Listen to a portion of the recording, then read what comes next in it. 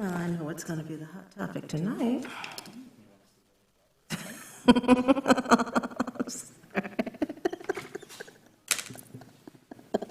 All right.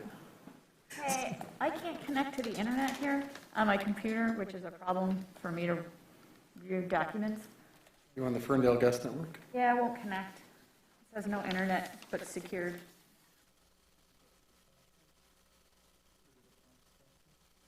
I won't go to that either.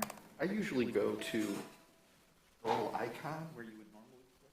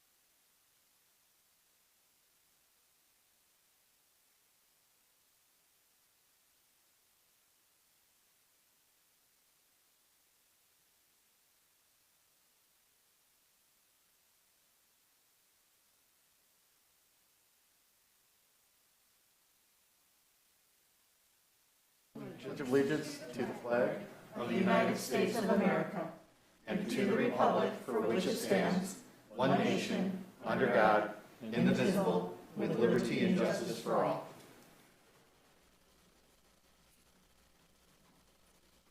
And joining us tonight is our Deputy Clerk, Kira. Thank you for being here. We're so glad you're here. And if you could start us with roll call, please. Yep. So, Councilmember Mikulski? Here. Councilmember James? Here. Mayor Pro Tem Leaks-May? Here. Councilmember Polika? Here. Mayor Piano? Here. All right. Next up is the approval of the agenda. Through the chair, if I might make an update, Chief Robinson would request to shift the presentation scheduled in 5A to the September 27th agenda. Okay. Mayor, I move to approve the agenda as published with the exception of tabling item 5A. Support. Moved by Councilwoman James and supported by Mayor Pro Tem Leaks-May. Madam Clerk? Councilmember Mikulski? Yes. Councilmember Polika? Yes. Yeah. Mayor Pro Tem Leaks-May? Yes. Councilmember James? Yes. And Mayor Piano? Yes. All right, folks. I think this is the quickest pathway to the call to audience in our meeting since the start of the year. And our call to audience period is set for 30 minutes, but if there is need to go over, we will do that at the end of add it to the end of the meeting. We did change our rules at the beginning of the year that you can make comments on anything on or off the agenda, but we are having a special conversation about Woodward tonight, which I have a feeling we'll have extensive public comment on that. So please, if you would like to hold off on your comments until we open that up for comment during that section, I encourage you to do so. And please leave your comments to 3 minutes, and there is a stop clock over there that our city manager will manage. And we are still taking comments 3 ways: in person, via Zoom, online, and by phone. So that will be managed in the order of in person. We'll start with council in the chambers for in-person comment, and then go to Zoom with the blue hand raisers, and then the phone calls. And our assistant city manager, Kyle, is managing that process. But I will invite folks who are in the audience tonight to come up to the dais and speak for 3 minutes if you so desire. Good to see people in the audience.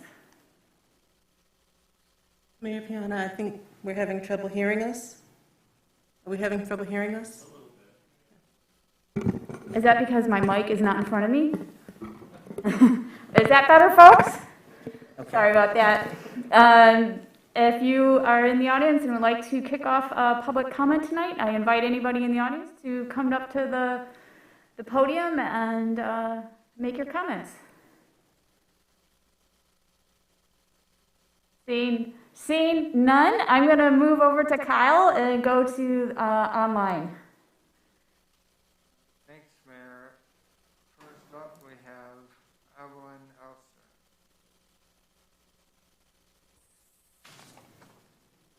Evelyn Elster, Wild Wild West Drayton. Good evening, Evelyn. Yeah. You took an oath to be good stewards for the citizens of this city. Not to have us subsidize your obsessive cycling and development agendas.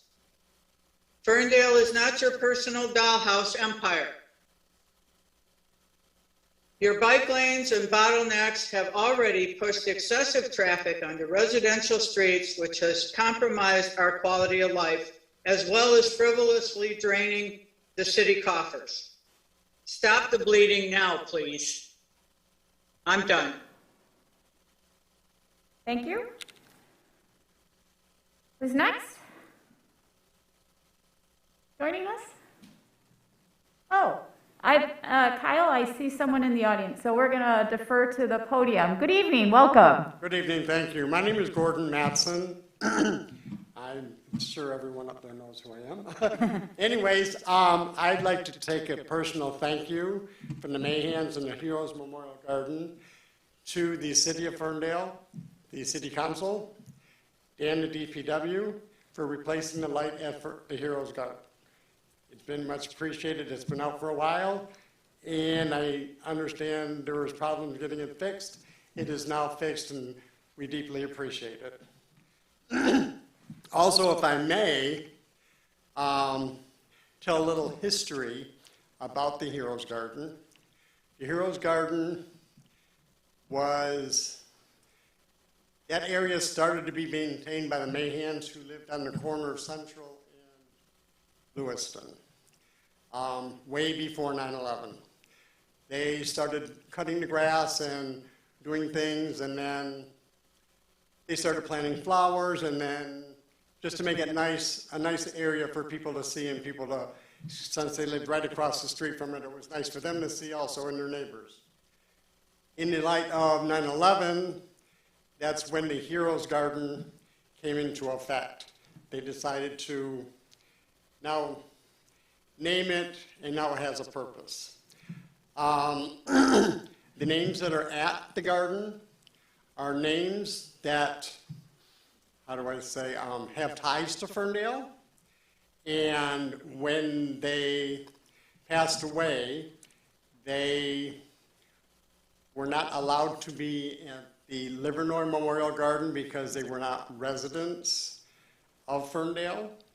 So the Mayhans had decided those names are the ones that to be included in the Heroes Garden.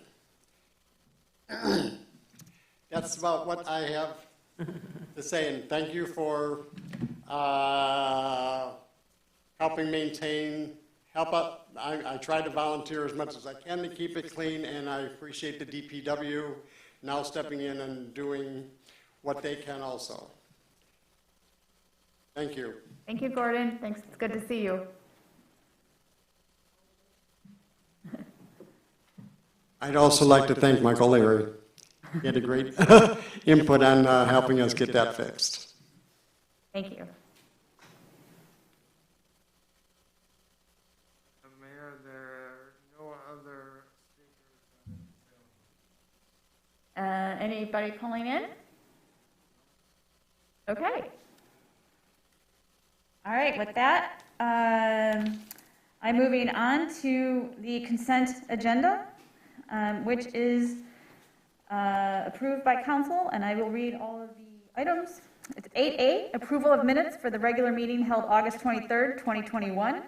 8B, approval of the long-term stormwater maintenance agreement as part of the 925 East Drayton project. 8C, approval of aerial lift safety and flagger safety and traffic control training by AOSH Services. The amount of $72.50 and the expense to be charged to General Fund Public Services account number 101441873. 8D, approval of the one-year agreements for the use of the Southwest Storage Yard as a transfer site for leaves by the city of Oak Park, Pleasant Ridge, Huntington Woods, and Lathrop Village, and authorize the mayor and the city clerk to sign said agreements. 8E, approval of the special event permit for 2021 Ferndale Pride to be held on Saturday, October 2nd, 2021, as submitted by a special event director, and temporarily close the social district during the time of the 2021 Ferndale Pride event, and direct notice be given to all licenses within the social district at least 7 days prior to the special event. 8F, approval of the special event permit for 2021 Pig and Whiskey to be held October 29th through the 31st, and authorization of the mayor to sign the license agreement as submitted by the special event director. 8G, amendment to the Ferndale Social District Management and Maintenance Plan to allow for optional temporary closure of the district. 8H, approval to backfill 2 police officer positions, one due to October retirement and one due to a recent resignation as submitted by Human Resources Director. 8I, consideration of the text amendment to Section 1280 of the Ferndale Code to permit the implementation of the Oakland County Health Department's harm reduction program within the city of Ferndale. And 8J, approval of the bills and payrolls as submitted by the city manager's office and subject to review by the Council Finance Committee. What is the pleasure of City Council on the consent agenda? Mayor, I move that we accept the consent agenda as presented. Or moved by Mayor Pro Tem Leaks May and supported by Councilwoman Mikulski. Madam Clerk? Councilmember Mikulski? Yes. Mayor Pro Tem Leaks May? Yes. Councilmember Polika? Yes. Councilmember James? Yes. Mayor Piana? Yes. All right, regular agenda. We are on to 9A, consideration to replace 4 Department of Public Works pickup trucks. And we have Director Dan Atostik in the audience joining us. Good to see you, Dan. To introduce this item. Hey, good evening, Mayor and Council. Is this the one we have to hold?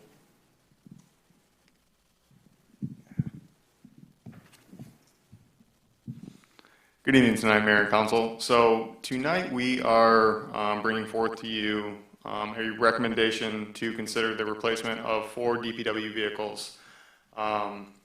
These are the trucks that we use on a day-to-day basis. So what you have before you is the request to replace 4 of our older vehicles, ranging from a 1997 F-350 and the newest being 2 2006 Ford F-250s. So with these vehicles, we're requesting some upfitting to go along with them as well. That would be dump body inserts with those F-250s, plow kits, and 1 snowplow to fit those vehicles. We're only requesting 1 snowplow at this time because our snowplows are interchangeable with the equipment that we upfit on them. And then 1 F-550 that would replace a smaller 350 dump truck. We did upsize the truck up from a 350 to a 550 just because it's more versatile for the weight capacity on that chassis, while still being small enough for us to get through the tighter areas within the city itself. So overall, the replacements are within a replacement schedule for this size vehicle. Our fleet management policy calls for the schedule replacement of our medium to heavy duty trucks either 10 years or every 120,000 miles. What you'll see is we really don't come close to hitting that 120,000 mile mark on these trucks, but we do put engine hours on them, and it's largely due to the fact that we're 4 square miles. So in keeping up with our fleet management policy as we have over the last few years, we weren't able to order 2 of these vehicles last fiscal year, just because of chip shortages shut off ordering earlier than anticipated. So that's why you're seeing 4 vehicles right now at this time, instead of more of a staggered, like we've been going for the last few years. So we are recommending the purchase with what we've been doing with Enterprise over the last few years on these open-ended leases. Now you will see that, you know, these are gas-powered engines in these vehicles. Right now, the production models for electric vehicles of this size they're not there yet. But I was able to take the opportunity to go to a demo sponsored by Ford Motor Company back in August, where we demoed the new F-150 Lightning for fleet customers. So it seems like we're trending there in the right direction. It's just, you know, how much production they're going to have over the next few years. So I think after they see success with this model, we'll see the investment into the more Super Duties for that tow capacity, that hauling capacity, and so on. So in the general fund, we budgeted $127,000 for the replacements of an F-250 and an F-550. Those 2 vehicles are coming in at $115,000 for replacement. And then in the local road fund, we budgeted $94,000 to replace 2 F-150s, and the cost of those 2 trucks is at $88,000. So we're recommending the replacement of all 4 of those vehicles, and we're hoping that if approved tonight, we might be able to see them in January or February. These will be the 2022 model, so we would like to get into the queue for orders sooner rather than later, because they are closing down ordering sooner than what they are. In addition to these trucks are going to be receiving stainless steel equipment on them for their dump bodies, and our manufacturer's already seen a 16% surcharge this year for stainless steel pricing. So we'd like to get locked in right now before prices go up even more. I think this is something that, you know, we're probably going to be dealing with from the research that we've done in the coming years in terms of just vehicle and equipment replacement. So the key is going to be to make sure we get our ordering in sooner rather than later, lock into our pricing for equipment upfitting sooner, so we're not paying higher percentage points further on down the road. So at that time, I'll take any questions. If I may, through the chair, the costs for the 2, the F-250 and the F-550 and the other 2 trucks, does that cost, even though it's under budget, does it include the insurance and the extras that you're speaking of? So equipment is all tied into these vehicles. So on these, it's the truck itself and all the equipment that we're putting onto them. Our insurance costs, I could not tell you what exactly that is, since I think it's all pooled with MRMA. But we're not adding anything additional to, and we're keeping everything relatively the same outside of the 350 to the 550, but that's more so just to allow us for a little bit more capacity for the dump bed on that vehicle. Other questions from council? Through the chair. First of all, I love that you brought up the Ford electric trucks, because that's immediately where my head went with all this. Could we possibly move to that? And you're right, they're not there yet. But with this, since these are leases, is it possible that, let's say Ford pulls a move and suddenly within the next 3 years, they have those available?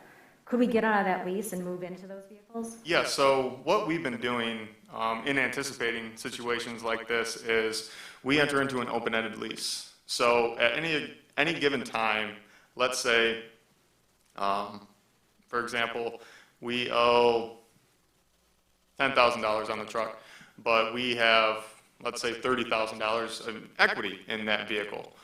We can sell that vehicle, roll that equity into something new, and it's really nice what, benefit that we find working through enterprise like this with these open-ended leases is that they do a very good job at calculating, this is the equity that's currently in this vehicle right now. If you could have the potential to swap this out, this is what we're looking at, and their, proprietary formulas are pretty good, but it does allow for us to do that to where, the nice thing is that we're not putting a ton of miles on these vehicles.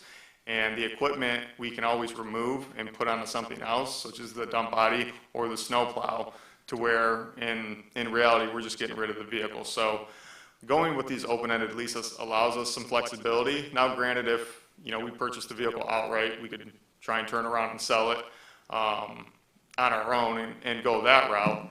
But it allows us to be a bit more flexible in let's change out this vehicle and so on. So that is a mode of thinking that we have right now as we go through our capital improvement planning process and identify that opportunity where we might be able to take some of our current gas-powered F-150s that have a fair amount of equity in them and possibly move those up in our replacement schedule so we can help achieve some of our more carbon neutral goals and switching over some of our vehicles to electric.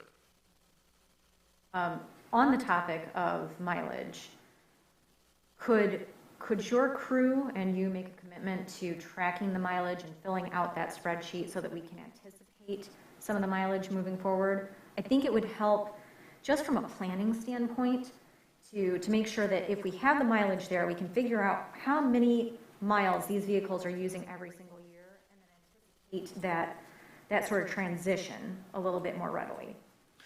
Yeah, no, absolutely. The reason you didn't see it on that spreadsheet is we track the mileage on our vehicles with our fuel management system. So we're seeing, how much fuel we're using in between every fill, and allows us to, calculate out our miles per gallons and stuff like that on our vehicles versus that spreadsheet that's more designed just to condense everything down into a reasonable looking format to just look at for budgeting purposes and what we have coming forward and making sure that we're staying within like our yearly schedules and things of that nature and just condensing everything down. But no, absolutely, that's something that can be added. I have one question, and that is, do we have the appropriate charging station at DPW to charge electric trucks for the fast chargers that you're going to need? At this time, no. But in working with Erin, before she departs with us, that is something that's going to be added in with the CIP. Now, the one thing that I got to learn while I was at the Ford demo for their F-150 Lightning is the kind of the packaging that they will be putting together for fleet customers, and it's really an all-encompassing platform. Like if we were to go that route to where when you're purchasing that vehicle, you're making sure you're purchasing the appropriate charger for the style that you're going to need, whether that's a depot charger or a fast charging station. The software that goes along with the telematics side portions of those vehicles, and so on. So it's really like an a la carte style of what it is that you're going to need. So even prior to that, if approved during the capital improvement planning process, it is something that we're going to be looking at as to the best areas to install those, whether they're inside, they're outside. And also making sure that we have the appropriate power coming to our building and to those areas to supply the chargers, and making sure we're set up with that prior to getting electrical vehicles moving into the fleet and then having to figure it out from there. Okay. Other questions from council? If not, we're ready for a motion. Mayor, I move to approve the replacement of 4 Department of Public Works pickup trucks in the amount of $203,938.50. The expense to be charged to the general fund, Public Works, Capital Outlay, Vehicle Purchase, account number 101-441-977.500, and Local Road Fund, Capital Outlay, account number 203-000-977. Support? Moved by James, supported by Polka. Mayor, did you want to open it up for public? Not on this item. Okay.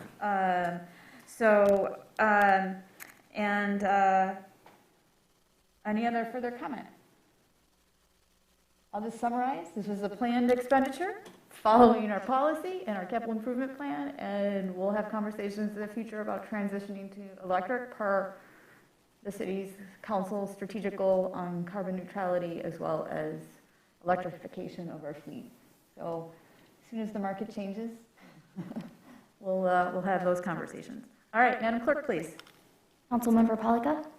Yes. Councilmember James? Yes. Mayor Pro Tem Leaks May? Yes. Councilmember Mikulski? Yes. Mayor Piana? Yes. All right, folks, now on to the final item of the regular agenda, but I think what we're all here for to have a conversation about is the 9B, consideration of the revised resolution in support of the road diet on Woodward Avenue as required by the Michigan Department of Transportation road diet checklist. And walking us through this tonight is our planning transportation manager, Justin Lyons. Good evening, Mayor and Council. Thanks for the introduction. Just going to pull up the presentation. Why don't I go through the process tonight? You're going to give a presentation. We usually open it up for questions from council on the presentation, but I am going to allow public comment tonight before council asks their questions, so right after the presentation from Justin, so that council can hear the comments from the community members and channel their questions to Justin appropriately and debate afterwards. All right, please proceed. Thank you, Mayor. So again, tonight, here to provide an update on the Woodward Moves Woodward Avenue project between the cities of Pleasant Ridge and Ferndale. And also, as mentioned in the packet, hopefully getting council's consideration on a resolution of support. I'll get into some of the history, but as a quick reminder, City Council did approve 2 resolutions of support way back in February on the initial resolution of support required by the Michigan Department of Transportation, and then also gave staff a resolution of support to apply for a Transportation Alternatives Program grant to help fund this project. So more details to come. So we'll talk about the scope and overall project, just as a few reminders. Talk about some recent timelines, what's changed since February. Talk about the state of Michigan's, the Department of Transportation's review and revisions in their process. And just what the bottom line is for Ferndale, a little bit for Pleasant Ridge as well, and then some next steps and hopeful for a good conversation. So just to give a little reminder just about the project scope. So this, generally the overall project scope is the same. And so we have, it's sort of an interesting process in working with the state of Michigan. I know other communities have done similar things and worked with them and been trying to work with them on other things. And so they have a process. And really, the bottom line is Woodward Avenue is the state's right-of-way. And so their plan overall and originally has always been in 2022, they had wanted to conduct what they call a preventative maintenance project that focuses curb to curb on, essentially just replacing asphalt. Doesn't include any sidewalk improvements other than, what ADA requirements are at crosswalks. So nothing above and beyond that. The state, from the beginning, their goal has been just to fund and pay for and manage the basic work, as I said, the milling and the ADA modifications. And so that scope really has remained the same. Locally, Ferndale and Pleasant Ridge have had their own goals about safety and accessibility. So, we've collaborated as communities together on traffic calming designs and mobility projects to increase safety on Woodward for vehicles, pedestrians, people that ride bikes, people that ride transit, people in wheelchairs, push strollers, you name it. So both communities have kind of had that similar vision. And so these, our 2 communities, when we had approached the state about trying to make Woodward a safer place, it was clearly told to us that us as communities, we would be the ones that would contribute to those local modifications. So as I said, safety, accessibility, and mobility, the goal was between essentially 10-mile to 8-mile between the 2 communities to really see what we could do from a safety perspective and those other items. The other thing to note is really the state controls the timeline. So, if you went back to February and saw, the previous things we presented, things have changed a little bit because the state, it is their timeline. So we've worked and been flexible, and I think build a good rapport with the state. So I appreciate all the local team folks there that have been doing, you know, continuing to push the project forward. So again, the concept is, you know, some people call it a road diet. Essentially, it is a reduction of a travel lane on each side of Woodward, north and south. You know, for the two communities, the thought there is, you know, shorter pedestrian crossing distances. We've heard over and over that, you know, Woodward is very tough to cross. And by doing this road diet, depending on the section you look at, it does reduce each side of Woodward by 8 to 10 feet, which we feel is substantial for anyone, however they cross Woodward. The project proposes, as you can see, a parking and delineator or bollard separated bike lane on both sides of the project.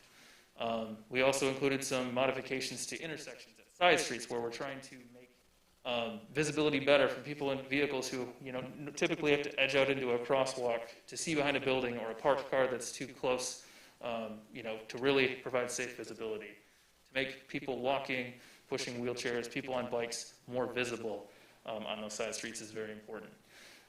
New asphalt and ADA ramps, that is a great benefit to this project no matter what, but we think that it can be amplified with these other improvements. We've also been working with Smart Bus and, you know, other transit providers to try and improve transit stops where we can and improve sidewalks. So there's little bits of that sprinkled in the concept plan. But this view here is just an overhead view from the original Woodward Avenue bicycling and pedestrian safety audit. And I think you'll probably remember in February we talked a lot about short-term versus long-term goals. And this project does help, from a short-term level, help improve Woodward in the long term. So some of those safety enhancements we think benefit anyone who uses the road. You'll see a little bit, it's the same concept, just a little bit drawing. So MDOT's designer, so we are working with, essentially through MDOT with their consultant on drawings and updating things. And so this was an updated drawing that they had that aligns with what the previous concept design was, but you know, it's kind of if you were standing on Woodward looking north or south, generally these are some cross sections of areas where there are parking right now, where, you know, this is just the reflection of what it is today, with the 4 travel lanes and then a parking lane.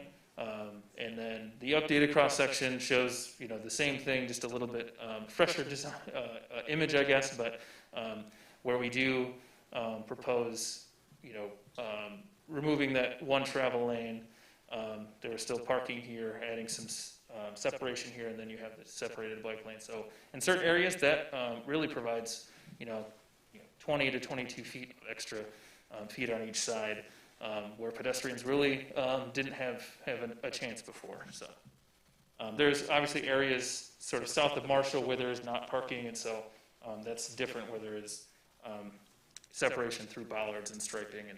Through the chair, if I can interrupt for a moment, can you go back to that slide? Sure.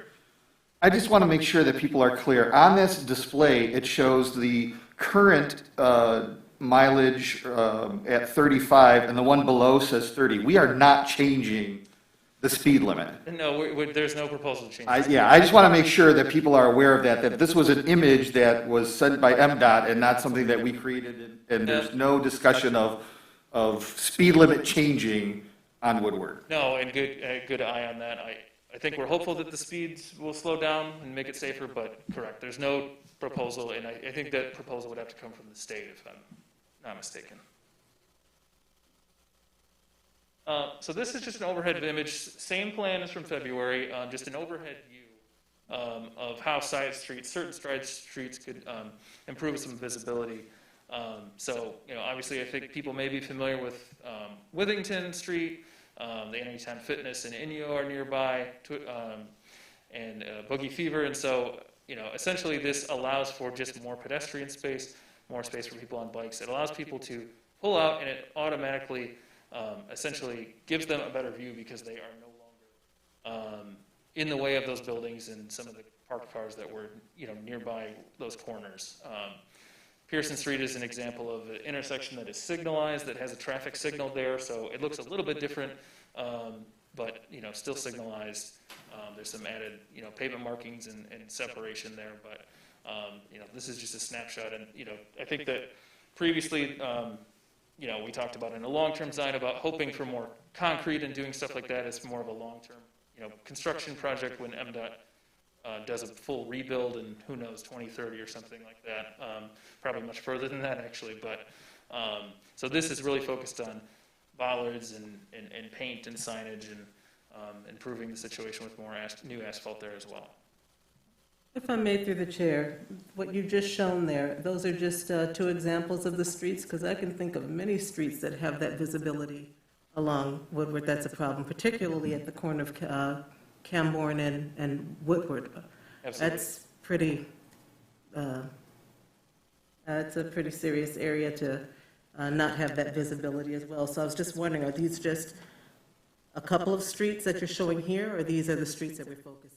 I just wanted to focus on two here where I thought people may be most familiar, but yes, it is every street that we're trying to improve the situation with. Thank you. So I mentioned the timeline, and if you saw the presentation in February, this might be a little bit of a refresher, but the timeline was essentially controlled by MDOT from the beginning. So there were a lot of studies that Pleasant Ridge and Ferndale collaborated on. The two communities did pay for a traffic study, did traffic counts twice actually, and met MDOT standards and their requirements. February I mentioned is the last time we were in front of City Council and got those approvals for resolutions.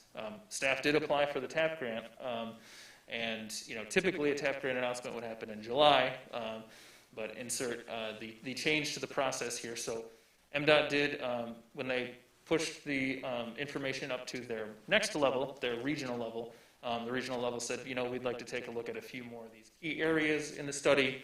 And so they shared the updated study with us in June.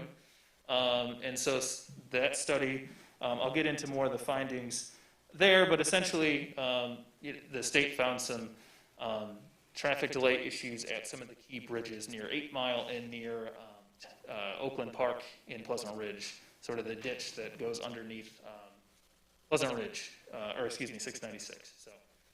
So July and August was really a lot of times working with MDOT staff, trying to talk about these minor design changes to try and meet those traffic requirements. And so luckily we were able to come to a conclusion on those two key areas.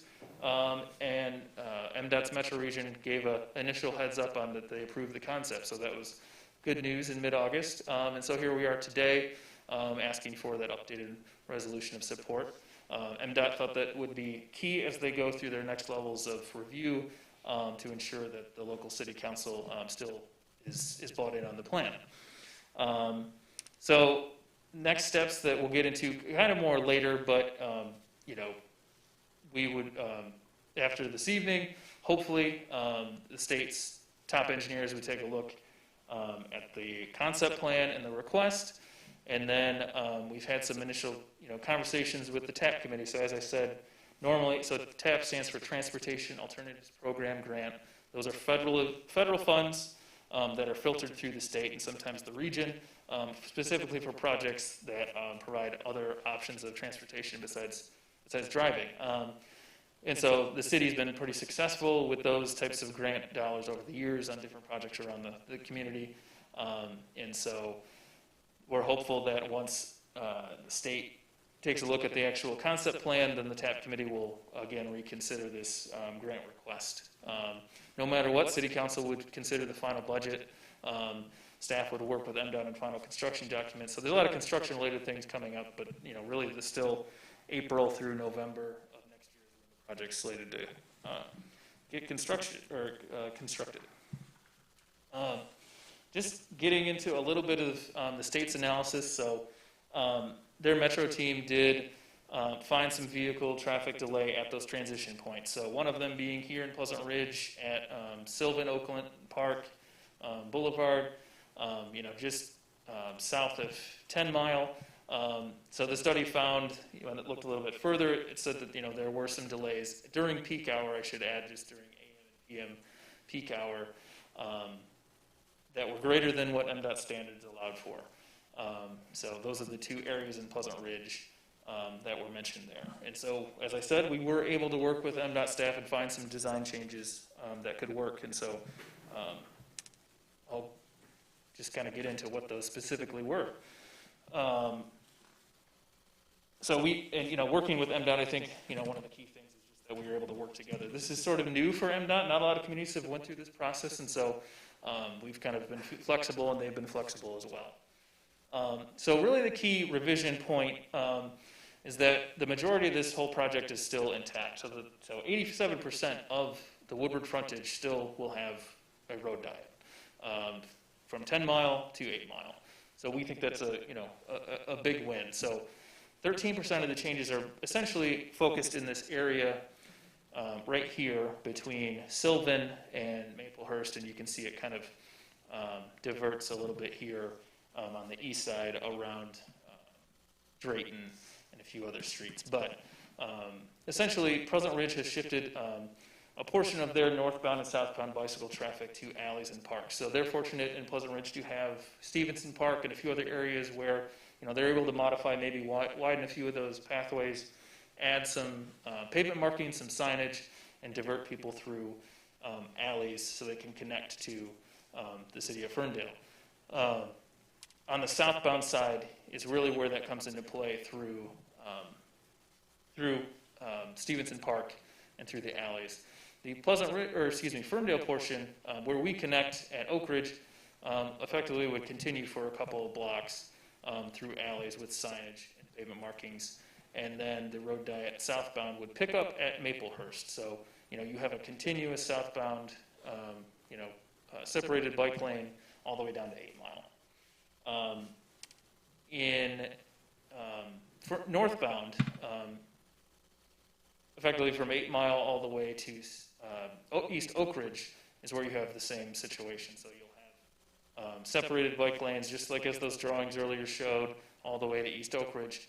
And then there is a portion from East Oak Ridge to Sylvan, Maywood, I think, is really the key area where people would be diverted through alleys on bikes. And because that allows for that transition point. So if you can picture there's a bridge there, this gives transition area, gives more time for people to get used to or get out of the road diet area when they're trying to reach 696. Pleasant Ridge also has a separate project that will be happening in conjunction with this, where they were approved for a TAP grant, and so the road diet effectively picks back up at Maywood all the way to 10 Mile, and so that's a separated bike lane project where they're incorporating some bioswales and some other things, and so so really the key focus in this circle area is just to show where the alley and park diversion is. May I ask a clarifying question? Sure. Can you go back? Yes. So MDOT approved bike lanes after 696, and then they said no because of the Pearson crossing the light, essentially? No, essentially they gave preliminary approval locally on the whole project.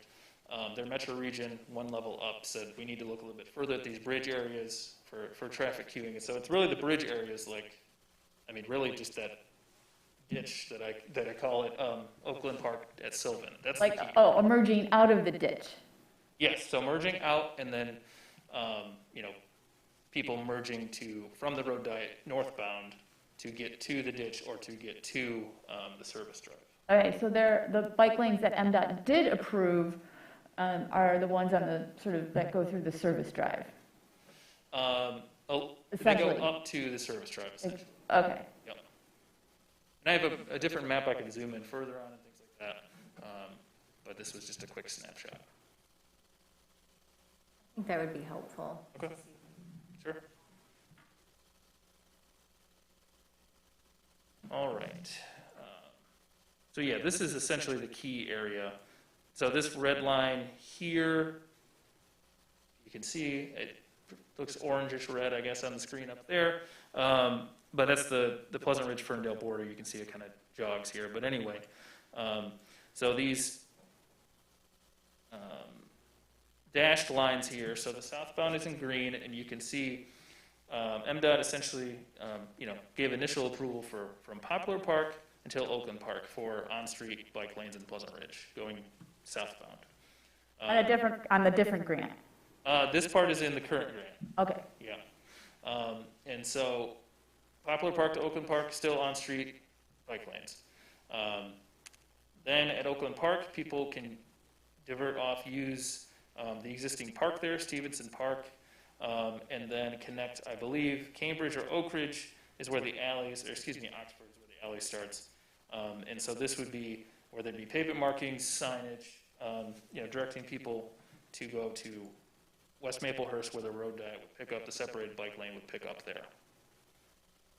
So still maintains connection, still, it is an extra, bit to move, and that, that's frustrating, but it is still only a small portion of the total project. Northbound, you can see here, so Ferndale's border is essentially at East Oak Ridge. So the road diet would end at East Oak Ridge. So this is where that transition area would be. So the transition area, would start here generally at Oak Ridge, and then that allows people more space that are driving to, get ready whether they want to go down to the ditch area or they want to go to the service drive, they want to go to downtown Royal on Main Street. Gives a little bit more space for that. So people on bikes would be sent through these alleys here for, 3 blocks or so. And then the bike lane would pick back up here at Maywood, Sylvan, excuse me. And then it would take them essentially to the 10-mile service drive. So a better connection to Royal Oak than exists right now. So connections through both communities. And it's Pleasant Ridge getting the same side street treatment as well to help with sightlines, because the Woodward Heights cars turning out of it to go north Yes. have to pull out into the pedestrian crosswalk to see oncoming traffic and block people from walking across the crosswalk. Yeah, it's still, that is still in the concept right now. Okay. So I know MDOT's engineers are looking at that just because it is a transition area, but that is the goal. They have the same problem we do in that regard. Okay, thank you. No problem.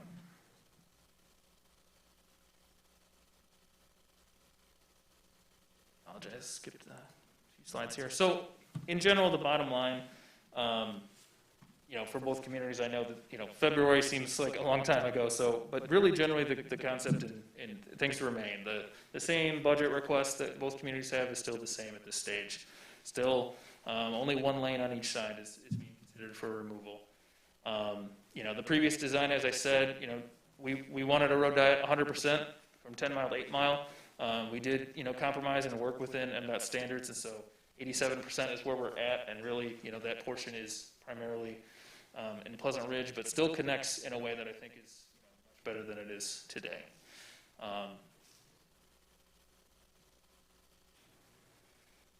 So, really the intent of safer Woodward remains is kind of where I'm trying to get with that. And so from a high-level perspective, working with the state, again, they've been helpful partners. And that's a lot of information to consider.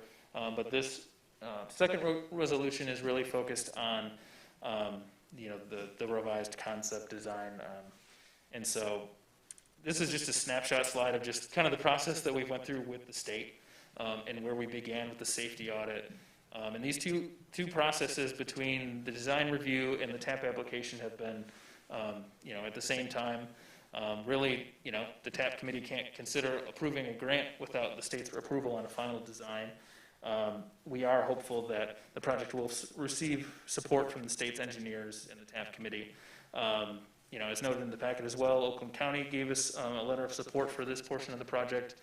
Pleasant Ridge also, I know their commission will be reviewing this, but they did give us a preliminary letter of support just showing their commitment still to this project.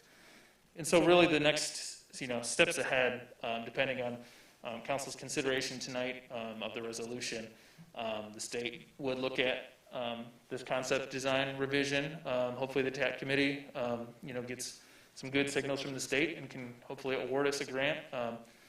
Then city council would consider this TAP grant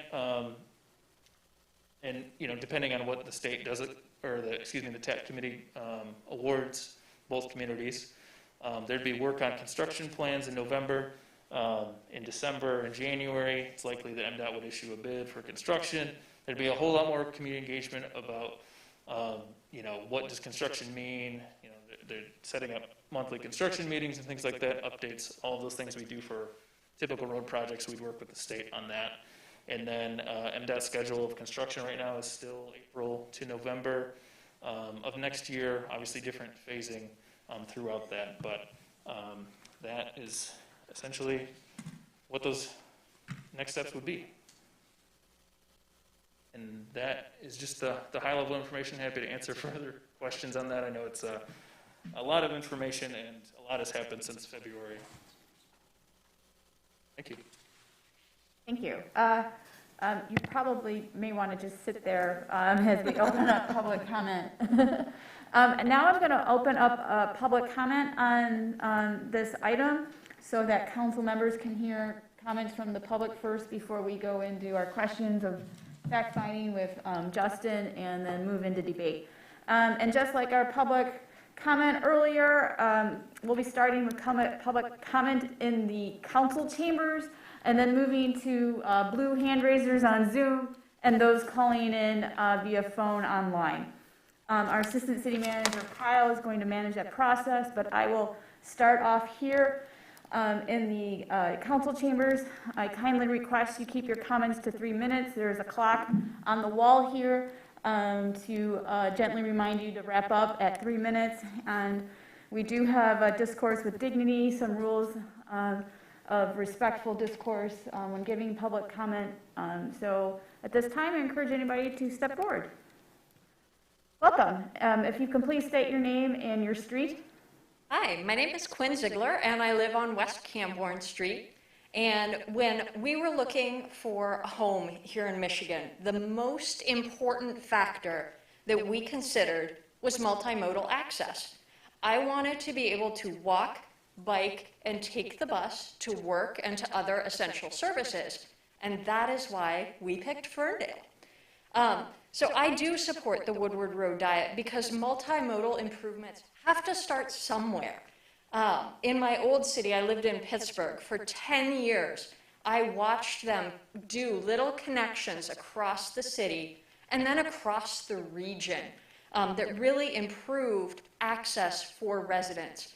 Having a safe bike route to work meant that I saved $700 every single year in bus fare. At the time, that was more than my rent every month. So there's some things I'm looking forward to. I'm looking forward to being able to bike to work again. I'm looking forward to feeling safe crossing Woodward and walking alongside Woodward. I'm looking forward to transit improvements in this corridor. And most of all, I'm looking forward to a Woodward Avenue that is good for all people, not just people who drive. So I do ask council to continue support for these Woodward improvements because these improvements do have to start somewhere, and I'm very proud to see them start here in Ferndale. Thank you. Thank you.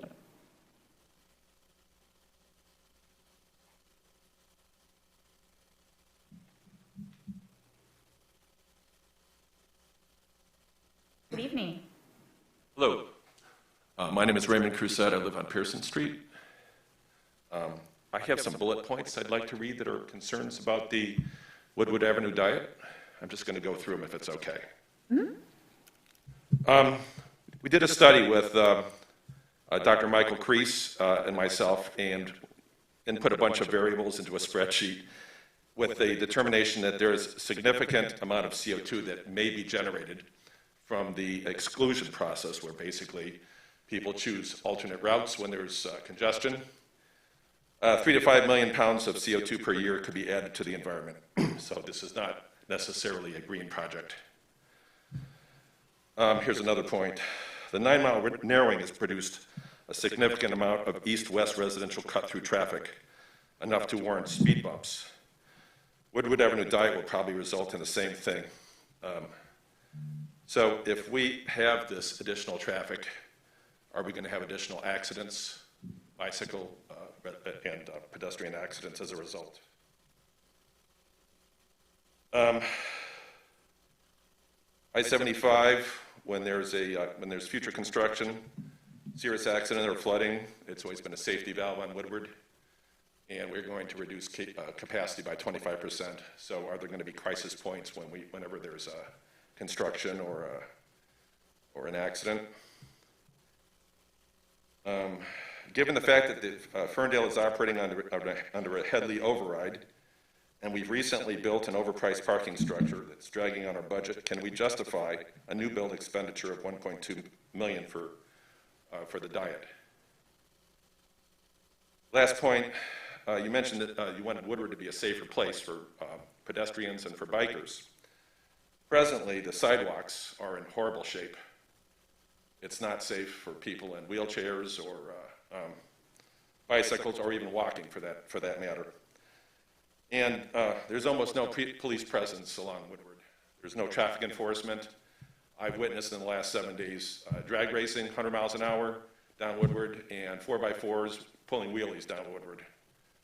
It doesn't appear safe, and it doesn't appear that we are making best efforts for it to be safe at present. That's it. Thank you, Ray. Thanks.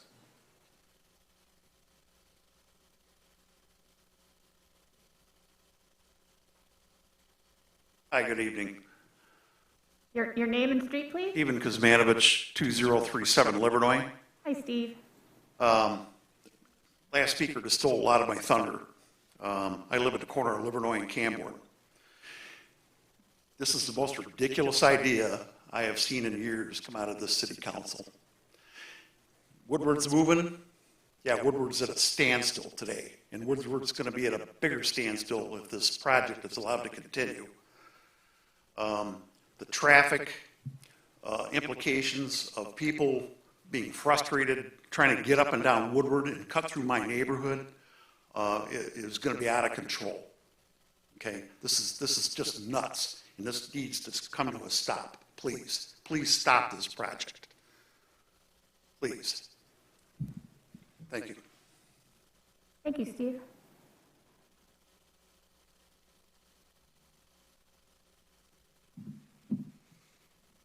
Good evening.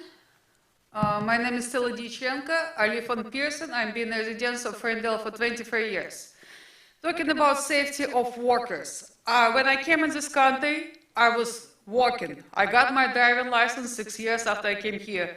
I was born and grew up in a big city, Moscow. We had incredible, structure. You don't need car. But come here, the driving is the only way to get for a job, especially if you live far away. There is no way you can get for a bike 5-10 miles to work, especially winter. Michigan still has winter. Talking about safety walk. The walk always been safe. I walk in the pregnancy 38 weeks, all the way from Pearson to 11 Mile to see my OBG during the snowstorm. Nothing was wrong, except city didn't force shoveling sidewalks for businesses. This was only a dangerous thing for me. You never enforce people to shovel sidewalks. This is what made walking dangerous. Not roads, not bike lanes. Secondly, very interesting thing. For school and library grant, it was public votes. Why we didn't do for this project? It was done behind our back. How 200 people who was chosen by City of Ferndale received the emails, did this behind 15,000 of the citizens of Ferndale. Neighbor who lives across the street from me just learned from me last week. Neighbor who lived back to me learned from me 2 weeks ago about the project. Why it wasn't done? Why it's all done behind our back? Why is this such big project involving so much money, never being done by public? Why it's like a sneaky way? Secondly, we're talking about people getting the jobs. People from Detroit trying to get north. They use bikes because we have poor transportation between east to west. None of them is going to stand up on an 8-mile bike for 1.5 miles jump again on a bus, and go back to their destination.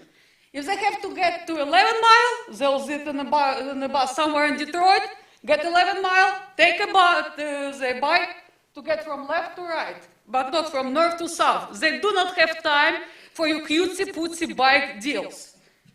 That's it. It needs to be done public vote, it's a sneaky way, and I will be sure people of Ferndale and our neighbors who live north of Ferndale being informed. Thanks. Thank you, Sally.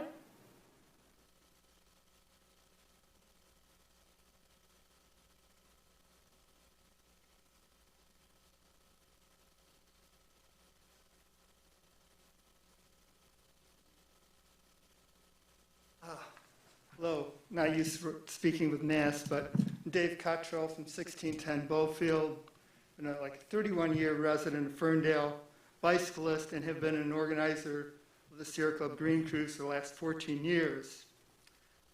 Since 2010, we've had a 22-mile bicycle ride from Ferndale to Birmingham, and in 2011 we started the 42-mile ride from Ferndale to Belle Isle, and all these returned back on different bicycle routes, which are mainly residential streets. From my point of view, the Woodward Avenue diet, reduce M1 from 8 lines to 6, is not needed. There are good routes, bicycle routes that parallel Woodward Avenue already, but the Green Cruise bicycle routes, they've been used, 10 years. Woodward Avenue diet is very expensive means to implement a bicycle route that already exists. Basically from in this area, going west, on the west side of Woodward, you'd go to the Livernois to Drayton to Scotia, across 696 to Scotia, and then into Berkeley. Route works well. On the east side versus this new idea of reconfiguring the Woodward 696 interchange, Bermuda Mohawk, works really well to get across 696, and then you go back through Mohawk back into the main street if you're going into Royal Oak or to other parts of Royal Oak. There's a whole continuation of the route from Birmingham.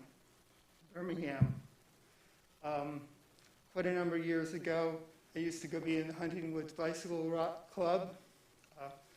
And one time there's a 14-year-old went to my church, and they just demonstrated to him how you could go to Berkeley without ever touching Woodward.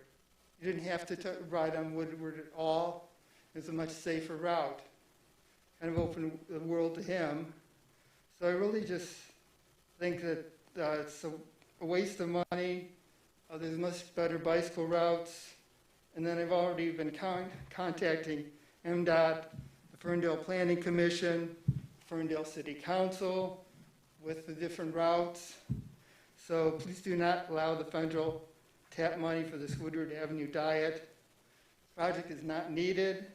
There are already good bicycle routes. And you could get to Birmingham without even touching Woodward. They're very good routes. Drayton Can you Avenue, please talk to council, please? Okay, Drayton Keep your Avenue comments to council. Scotia. Thank you. Yes. It's right there. Thank you. Thank you.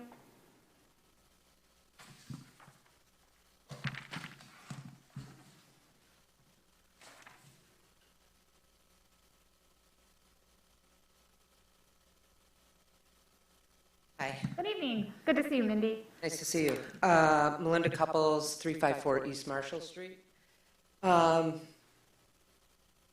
I wasn't planning on speaking tonight, but I know there's some concerns with the residents in Ferndale regarding, as it was already brought up by Ray, the additional pollution that it's going to cause. We already struggle to have any greenery on Woodward as it is.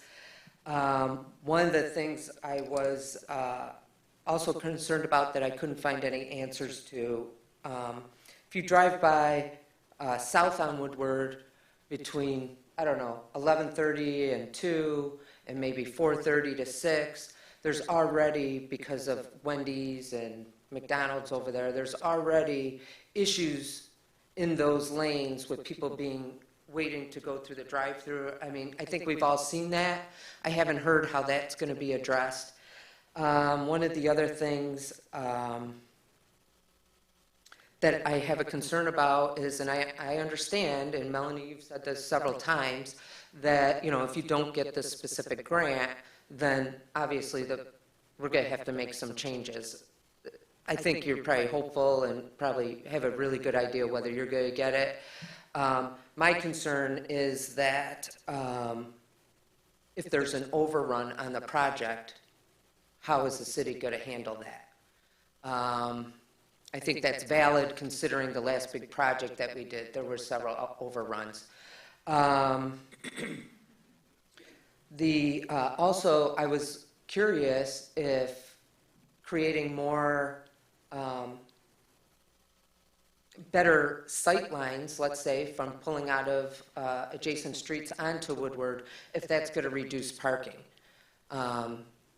Obviously, that concerns me because we didn't really get that many parking spots out of the dot, and I'm curious on whether we're going to reduce street parking in some form also.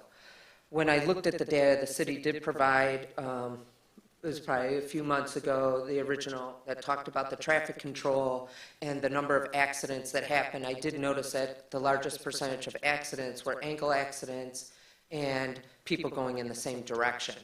So I am wondering if this is really, that if putting the bike lanes in is also, could maybe, and my concern is the bike lanes are going to cause other kinds of accidents, maybe for the bikers. Passenger opens their car door. You know, it's hard to tell by looking at the pictures how wide that's going to be. So I do have some concerns with that, if it really is pedestrian friendly or not. And I believe that there's going to be a widening of the sidewalks. I thought, no? Okay. That's longer term conversation for reconstruction. Okay. 10, 15 years from now. Okay. But yeah, with the accident issue, I don't know that making the fewer lanes is going to reduce that. And I do have questions about, you know, oh, and then one other thing, the business that's opening over on, or the company that someone said it's an Amazon project, 8 Mile and Woodward, but they're expecting 1,200 people to be working there in 2022. Obviously, I don't know, or I haven't seen that additional traffic has been added into the designs or considered. I think I did read that if the answer is with additional traffic, people just won't come down Woodward, I think that's bad for business and bad for the city. So those are my only comments. I'm all for making Woodward safer. I think there's some good points to be made that there isn't a lot of traffic control on Woodward. I'm not saying give everyone a ticket, but sometimes the presence can make people slow down and be more cautious. Thank you. Thank you, Mindy.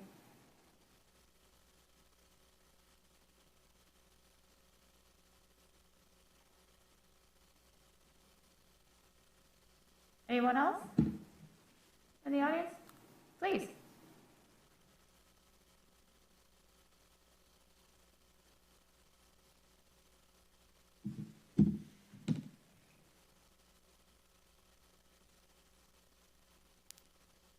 Hi, everyone. I'm Patrick Hilly, 823 Pearson Street.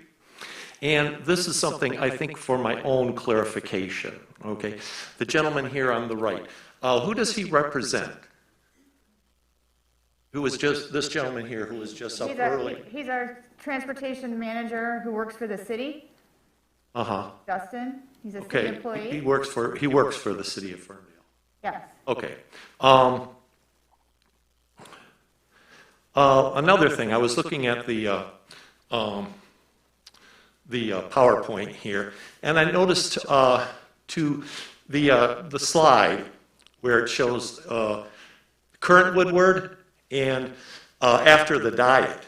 Diet's a good word. It seems like the remaining lanes, the other 3 lanes, have gotten considerably more narrow. Is that correct? Are they still 11 feet? It looks like from the MDOT map of before and after, the lanes were 11 feet. Correct. So no. I think the outer lane maybe was 12 before, but 11 meets the standards. Plenty of safety statistics show how much safer that is as well for reducing. Okay. Okay, that answers your question. Okay. And that is for somebody who's paying attention while they're driving, I would imagine. I don't know who put the okay on the Woodward Heights configuration between Hilton and the railroad tracks. You familiar? You ever travel that area? Okay. It's got the rubber stanchions, it's got concrete medians, the bike lane, and I have stopped using Woodward Heights, either east or west between Hilton and the tracks, because, well, sure, the lanes are wide enough to accommodate a motor vehicle, but they're not wide enough to accommodate a motor vehicle driven by someone who's not paying attention. I've almost been sideswiped twice trying to travel that route. And you try to avoid anybody, and you've got a concrete median there to drive you back into the path of traffic from an oncoming vehicle. And I'm afraid that's what we're going to have here. Once we start narrowing those lanes, just take a lawn chair sometime. Sit out there in front of McDonald's, see how these people drive. They can't stay in their lane as it is. They're constantly drifting. Get a lawn chair sometime and sit out there on Campbell Hilton between 9 Mile and 11 Mile. Boy, that's a bottleneck. Okay. Once again, too, Main Street, Royal Oak. All right, from, 12 Mile to 14 Mile. There's another bottleneck. Bumper to bumper to bumper. This is slowing cars down for a bike lane that's only going to be used maybe 5 months at the most out of the year. Sure, it'd be fine if there were snowmobiles going up, I guess. But we're talking about a limited use, limited access here in accordance to our weather.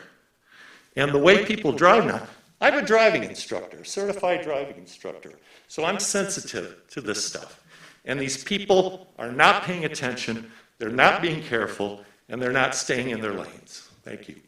Thank you very much.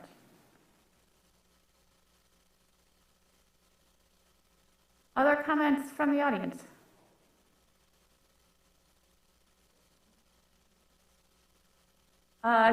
Seeing none, I'm going to move over to Kyle to manage the online public comment, folks, starting with the Zoom blue hand raisers.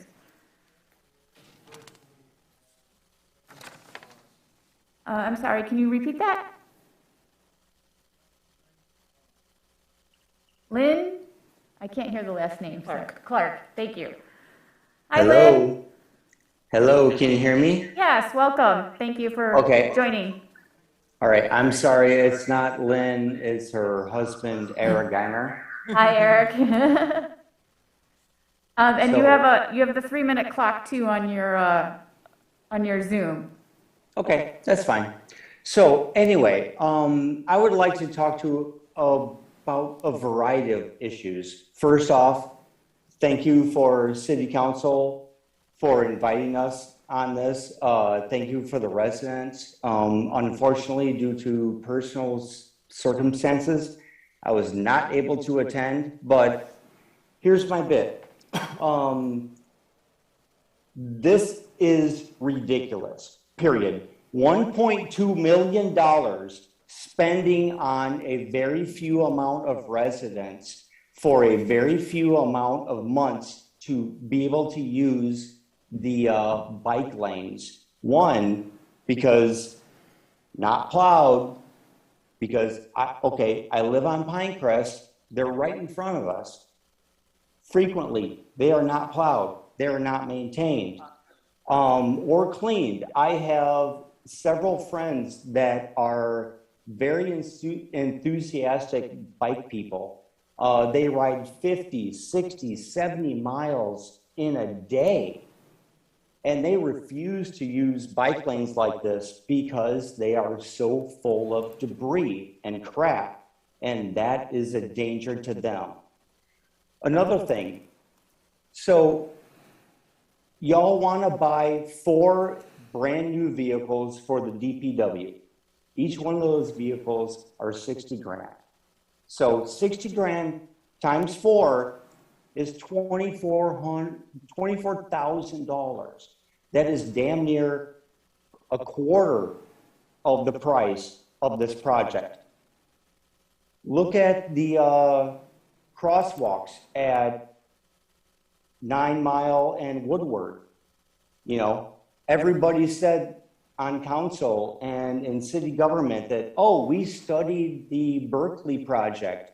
You know, we won't do that. That won't happen. Okay, well, guess what? These bricks are crumbling. Why? Because y'all use pavers. Have you ever heard of, stamped concrete? It's a lot better than pavers and it's a lot cheaper. But there's a lot more that I have to go over with this. Pulling out onto the bike lanes. Yeah, now we're going to have to cross a bike lane and a parking lane just to pull out onto Woodward. So, but anyway, I'm sorry. I see that my time is fading. Enjoy. Bye. Thank you for your comment.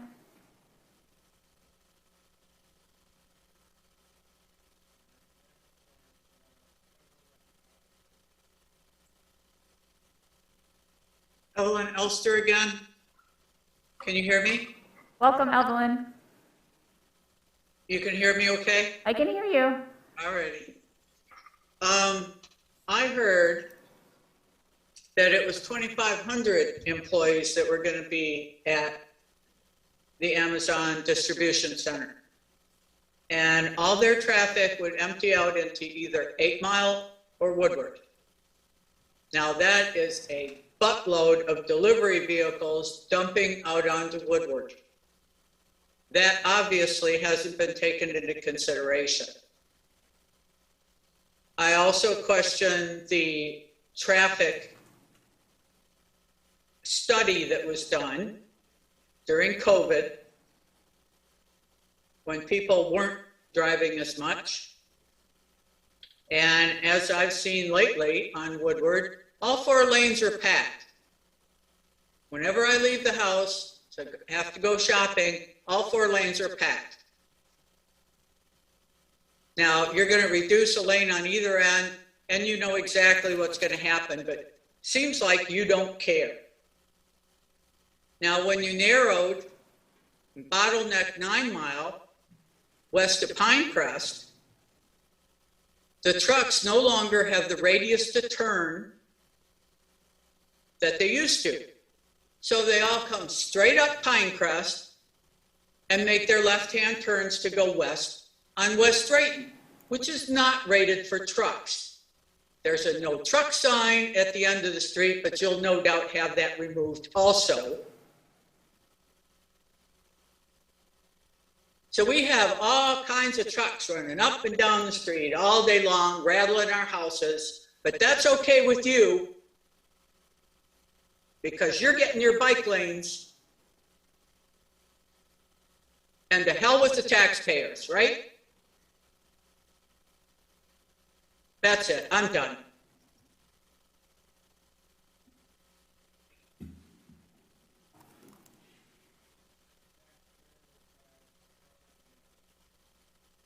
Hi, Alan.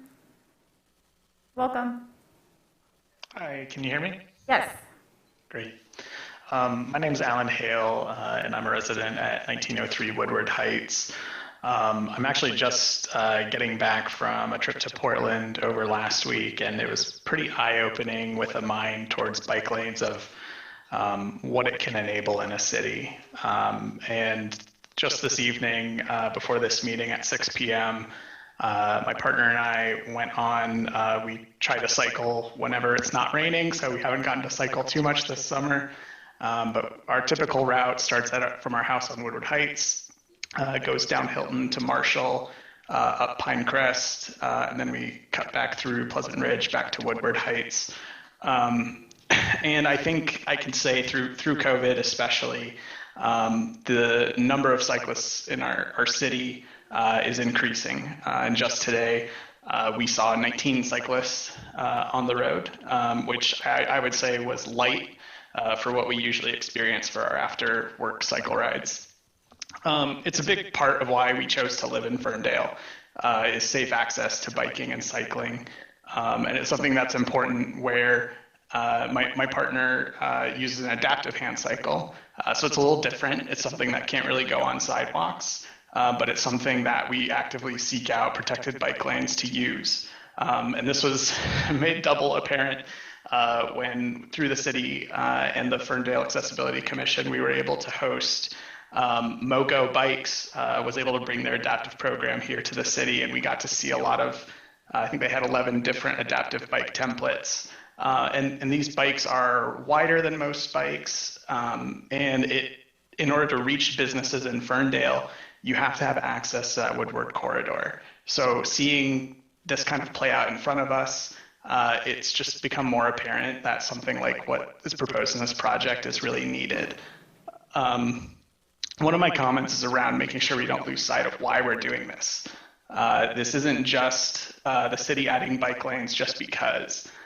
This is to reduce crashes, reduce injuries, and reduce speeding on Woodward to make our city safer for everybody, which includes cyclists, but it also benefits people who are parking along Woodward, and it also benefits pedestrians on the street who now get a buffer of both a cycle lane and a parking lane.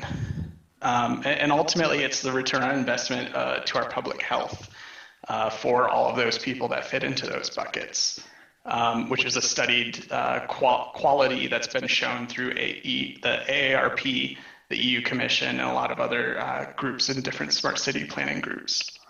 One thing, with my last comment on time here, I do want to make a comment that sidewalk safety needs to be considered, and I see I'm at time, but thank you. Thanks, Alan.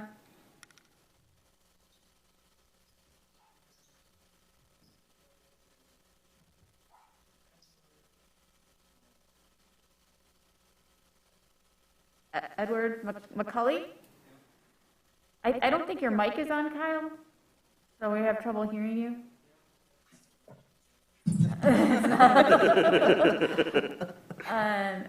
Hi, Edward, can you hear me? I can hear you. Welcome.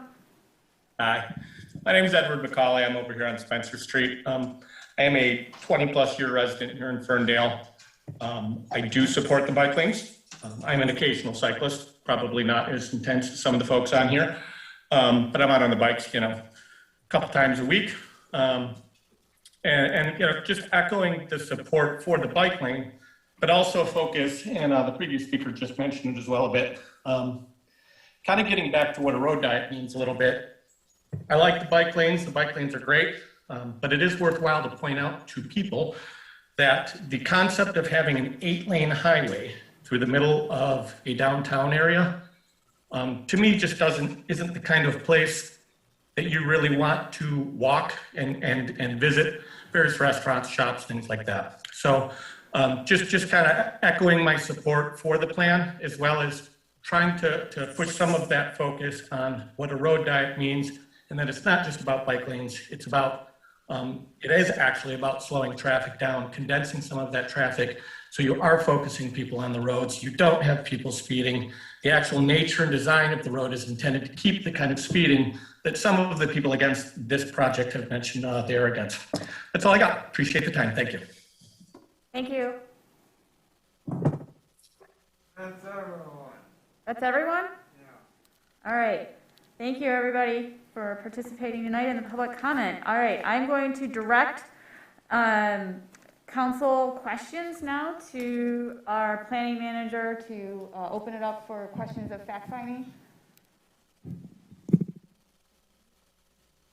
If I may through the, are you going to have Justin answer questions? From the council for Um, questions of fact from, Actually, if it's all right with the mayor, I would like to ask our chief of police to talk about how he believes this will impact our ability to provide police service on Woodward, and if possible, the fire chief and DPW, since this is a change and it will affect those three agencies. okay. I also think Justin could probably answer some of those questions as well, but you guys, I'll let you tag team.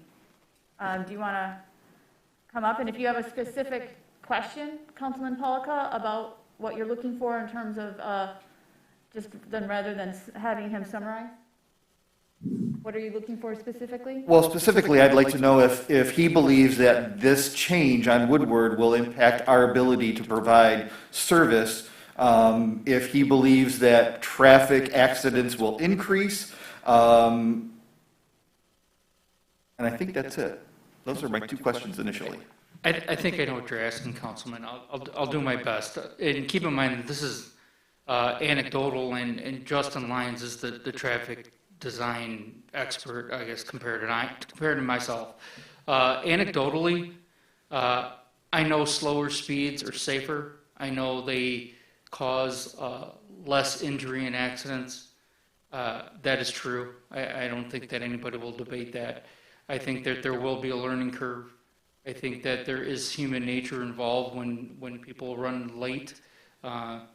They tend to find alternate routes and speed. And I guess that's my job, to try to curtail that, or at least educate the drivers to slow down and not to use our neighborhoods as bypasses. I know through my colleagues in the suburbs north of here that they want to shrink Woodward Avenue in Royal Oak and Birmingham. I have spoken directly to my colleagues. They want slower traffic. They're tired of a racetrack that is happening north of 696. They wish they had our speed limit of 35. We are, I can tell you, the envy of some of the northern suburbs when it comes to our Woodward Avenue. I do believe that it would make safer crossing at 9 Mile and Woodward, having a shorter distance to cover. I think that there will be a learning curve when it comes to traffic and the bike lanes using the same area so closely, such close proximity. I know that we saw a little bit of confusion on the Livernois project, and then it cleared up through exposure, through education. Will this limit our ability to deliver services? Speaking for the police department, it will not. I don't know if I answered all your questions, Councilman, but I'm happy to answer some more pointed or specific questions if you have them. No, you answered my concerns. You expressed my thoughts. You confirmed my thoughts and answered my concerns. So thank you. Through the chair, Chief, while you're up there, I'm sorry. There was also a question concerning contemporary issues between backup traffic due to McDonald's and Woodward's McDonald's and Wendy's on Woodward. And I do know that you and the CED director, Jordan Torty, have met with both owners, talked about that, and it's my understanding that both of their current issues are results from COVID-19 related operational adaptations that they do view as temporary. But I wonder if you and Jordan, if you're available, can you speak to that? Yes. Am I coming through, Joe? Yes. Thanks, everybody. Yes, and I want to thank Chief Emmy for joining me on those meetings. We spoke to both businesses, and they're actually slightly different. Certainly, COVID-19 has played a factor. More so from Wendy's perspective, they felt like it was more of an issue. McDonald's, they have a lot of variables that they're looking at, and they think both the closure of some of the fast food joints across the street and other factors are contributing to what they see as a sort of a sustained increase in volume. One thing that they are working on, however, to fix that, they have an option that Wendy's doesn't because of the physical area of their property. They're looking at a double stacked drive-through, and one thing McDonald's is known for is knowing their operations down to the minute, and they went over that with Chief and I They have shown us that double stack drive-through will eliminate the queue up based on how long it takes their existing staff to process an order. So that's something they're working with the CED department on. And so there's probably more to come on that over the coming months in terms of them actually following through on those plans. But that's generally the gist.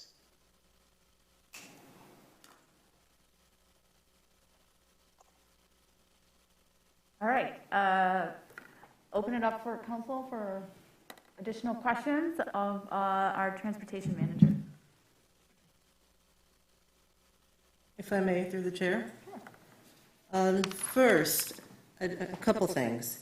So the first thing I'd like to be addressed is there were some valid concerns. I read all of the emails that we received, and the letters that were included in our packet, and the support and non-support that I've heard tonight, and the reasons behind it. One thing that did stick out to me were the carbon emissions concerns. And is that something that maybe we can get some more details regarding that, because that is a valid concern. Also, I'd like to just personally state some things that I've observed on Woodward over the years in which I've resided here. In the area that we are proposing this diet, so between 8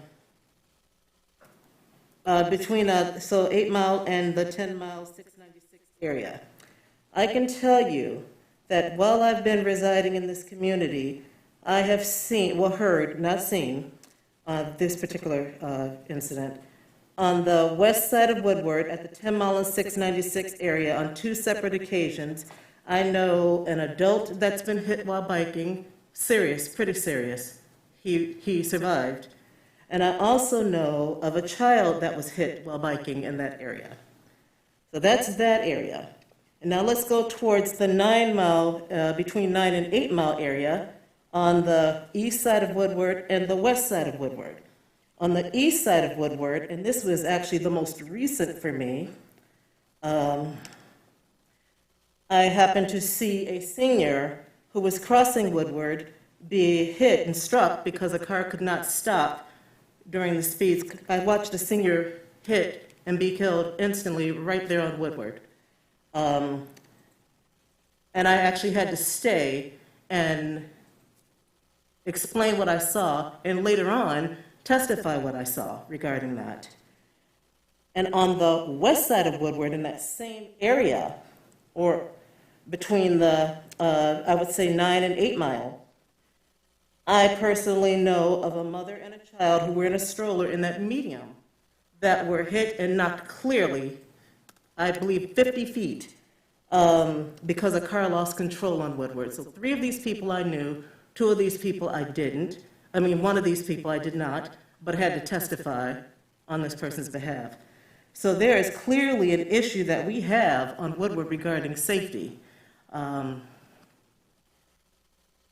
Everyone survived, but not without serious issues to this day, and the other one did not.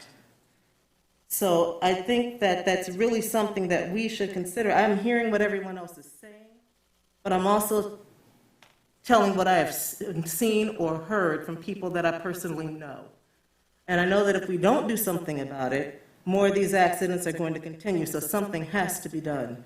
So that's just my personal story, and I just wanted to put it out there that it's, I'm not sitting up here thinking like, hey, yes, let's just give Woodward a diet. I've seen people affected by this, and they will be affected by this for the rest of their lives and families.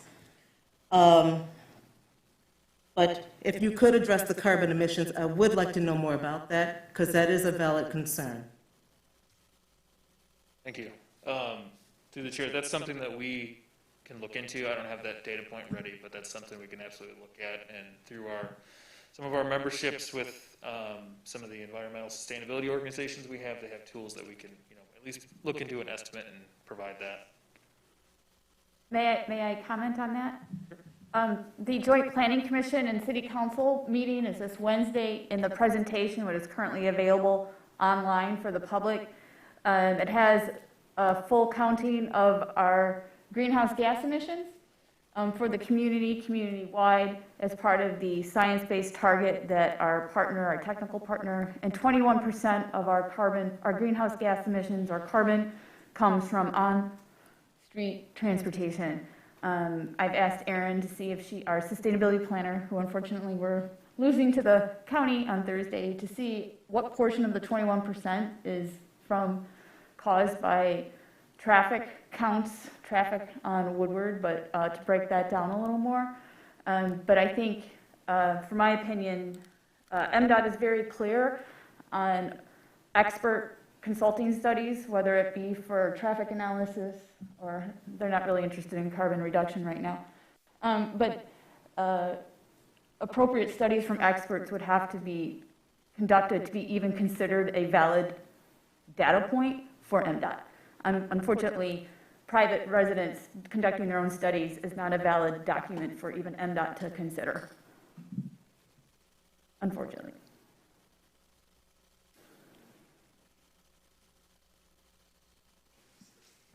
So through the chair, if I may, can we talk about funding a little bit? Because I think there's been a ton of confusion, and I myself have been confused as to what we would be on the hook for. So it looks like we are looking at funding through major streets.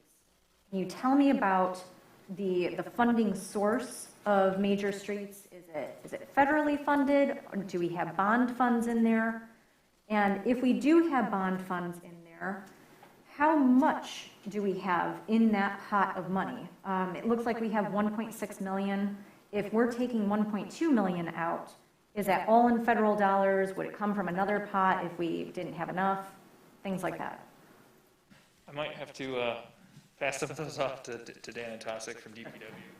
And through the chair, I can speak on behalf of our temporarily vacated finance director position. The road bond is a separate fund than Act 51. Act 51 revenues resulted as pass-throughs shared through the state, as the state collects through fuel tax and other statewide tax measures. The road millage is taxes levied by the city as approved by the voters in 2015. So there are two different pots committed to two different purposes.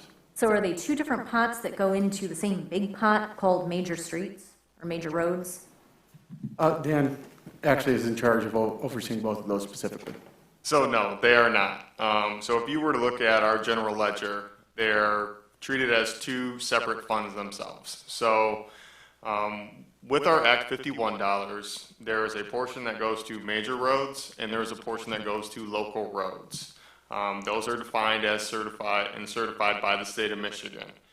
Based on the number of lane miles that we have for both major roads and local roads, that is how the state calculates our revenue sharing for roads. So approximately $2 million comes to the city of Ferndale from Act 51 dollars that goes towards major and local roads. You know, that $2 million is the approximate total number for a given year. $1 million yearly? Yes, that go into major and local roads. So the major road fund goes towards roads that are classified in the city of Ferndale as major roads. And those would be considered your roads, 9 Mile, Pinecrest, Woodward Heights, some of our side streets, West Marshall, all the way through to East Marshall. West Camborne's considered a major, it's a thoroughfare. And then your typical residential street is what we consider the local roads. That's where that is where that funding goes. And then you have our road bond itself, and that is a completely separate fund. That road bond funding is what we allocate that's how we fund our local paving program. That money was set up to say, over the next 9 years, we estimate that we'll spend roughly $4 million a year on local road resurfacing, and that's where those dollars go. So in terms of funding this project out of major roads, this would be a capital improvement project from the major road fund that will contribute those dollars from the city of Ferndale. And it would be completely separate, two different project numbers away from our local road funding. So it would be very similar to this year when we paved West Marshall and we did a reconstruction, widen the road. That was via a TAP grant. Engineering costs were paid for out of major road fund. And then our local paving program this year, all those engineering construction is paid for out of the road bond itself. So this would be similar to that. Okay. So follow-up question to that. What else could we be paying for with our major streets fund if we weren't spending 1.2 million on this? Do we have projects lined up? When it comes to our various funds, you know, major roads, local roads, water, sanitation, and general fund dollars, all of those funds pay, you know, DPW payroll, fringes, operating supplies, bulk materials such as, you know, salt, fuel, things of that nature, our capital projects, vehicle equipment replacements, and so on. So if, for example, you know, we were to go through with this project, what we would have to do is possibly scale back something in the future. So hypothetically saying, you know, on this major street, instead of doing a complete reconstruction, we're going to do a resurfacing, and we're not going to build any new curb and gutter, or something along that nature. And do we have a list of projects that might be impacted by this?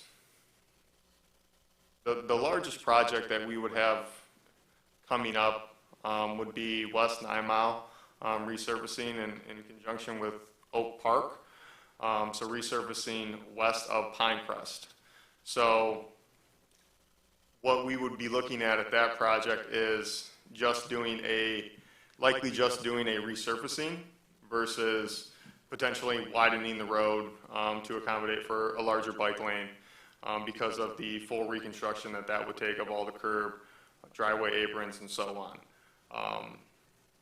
But we still budget, you know, 5 years into the future for these projects. So while this is a larger expense, this is something that, you know, dollars have been allocated in the budget over the last few years as, you know, holding a place for future improvements to Woodward, as our future improvements for, you know, 9 Mile and Hilton north of 9 Mile, that we're looking 4 or 5 years out, in addition to applying for TAP grants for those projects as well, so we can fund them. And, you know, the one thing to touch on, you know, we have had some major road projects over the last few years, and with our road bond, you know, we haven't been spending as much as what we typically would, because we're not doing many large capital projects out of those. What we're doing is our preventative maintenance activities. We're paying our payroll like we normally would out of those funds, and doing a scheduled equipment replacements as you would typically see. So, you know, there has been a fund balance that has been building within major roads because, you know, we've had the opportunity to leverage TAP grants on, you know, Woodward Heights, Pinecrest, West Marshall, in order to complete at the scale that we've been able to complete them at.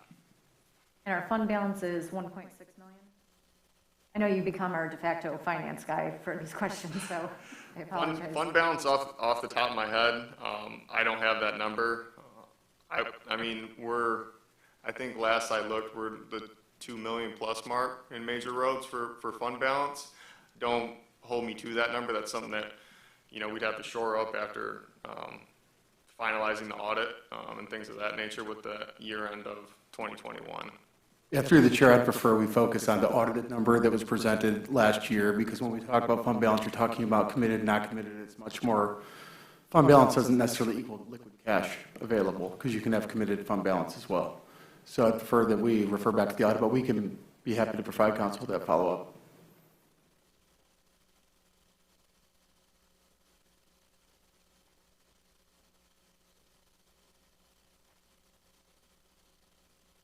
You have more, Councilmember Mikulski?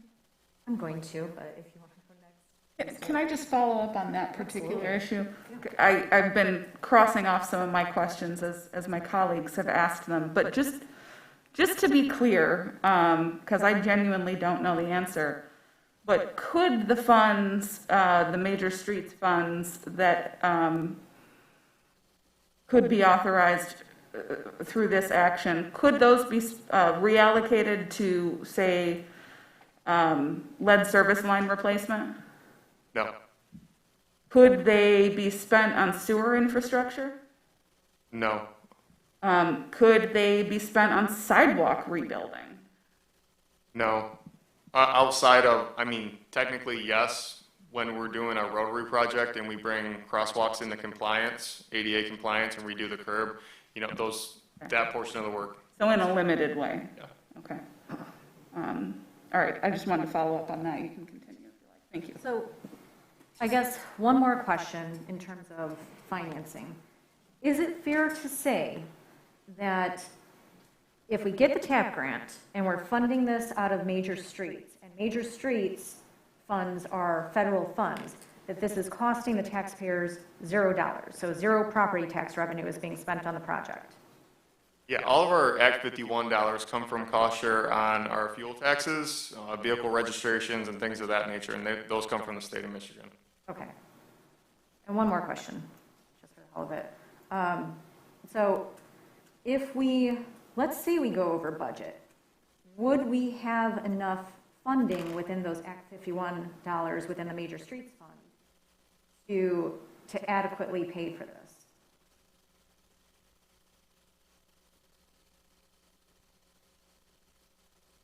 As with any construction project, you know, we factor in contingency costs that are going to come as part of that.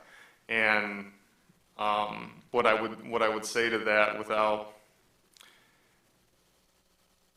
a cost overages is one thing versus what we know when we see the bid when it comes back. You know, that's largely going to dictate what our number is. And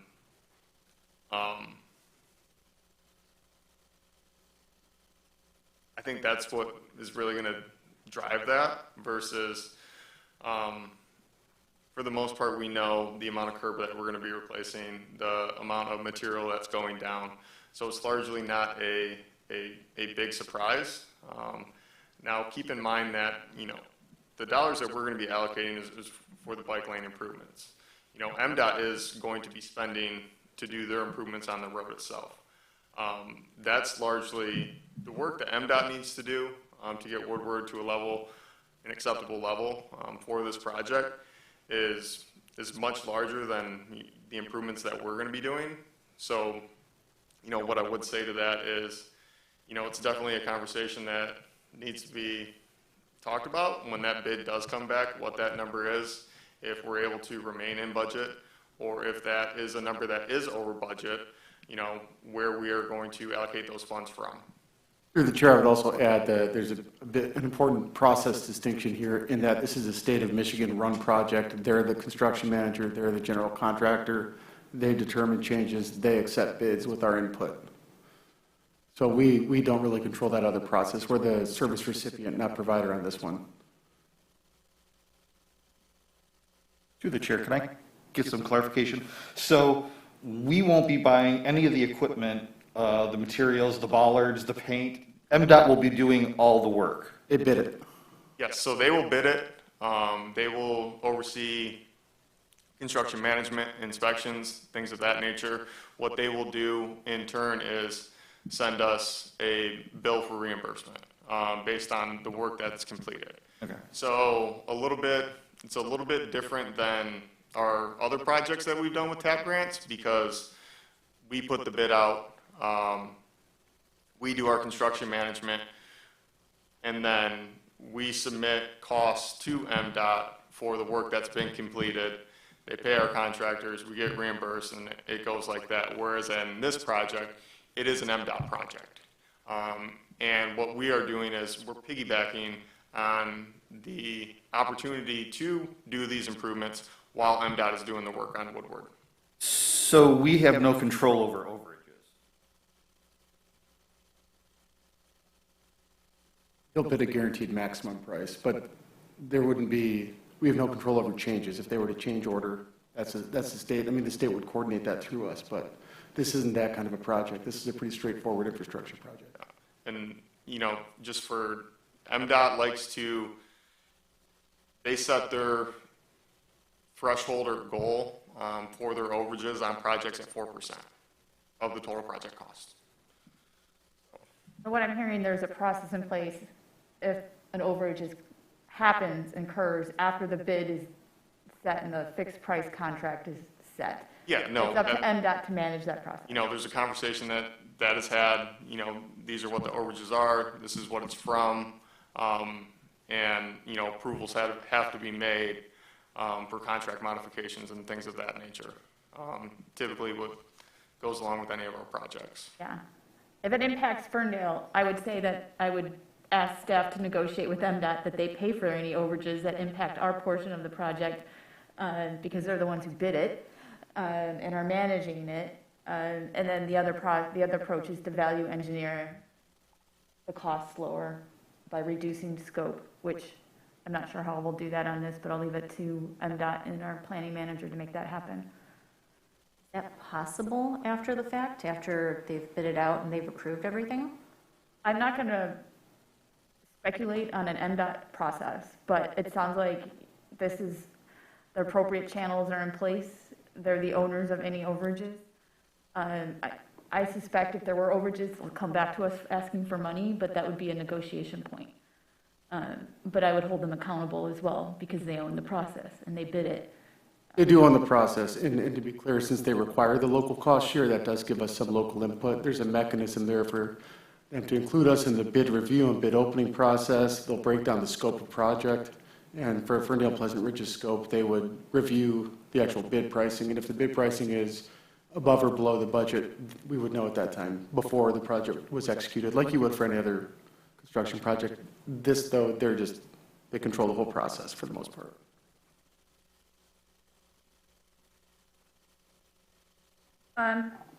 If I may I ask a question? I was wondering what's going to happen at the 9 and Woodward crosswalk. Everybody knows that it hasn't been fixed and it's damaged and needs repair. But I was also wondering what was happening with the 9-mile one. Is that included as part of this project in terms of repair? Because that one is technically our street, but is that part of the improvement plan here? That is part of the scope right now, so the plan would, at least right now, would just be pavement markings, not, replacing pavers and things like that. We want something that's easy to maintain for the future. But yes, right now the scope does include, I think MDOT's jurisdiction also stretches a little bit into, east and west of that intersection. So that's part of the concept. That's been part of what we've shown to MDOT, and so long story short, yes, that is part of this project that we budgeted for and put in the TAP grant. All right, and not included in the TAP grant, but I was wondering if this would also be, because construction is happening, and whether or not we'll be improving broken curbs along Woodward that we own as part of the sidewalk, or is that a Woodward ownership, or is MDOT ownership? Who owns fixing crumbling curbs of the sidewalk?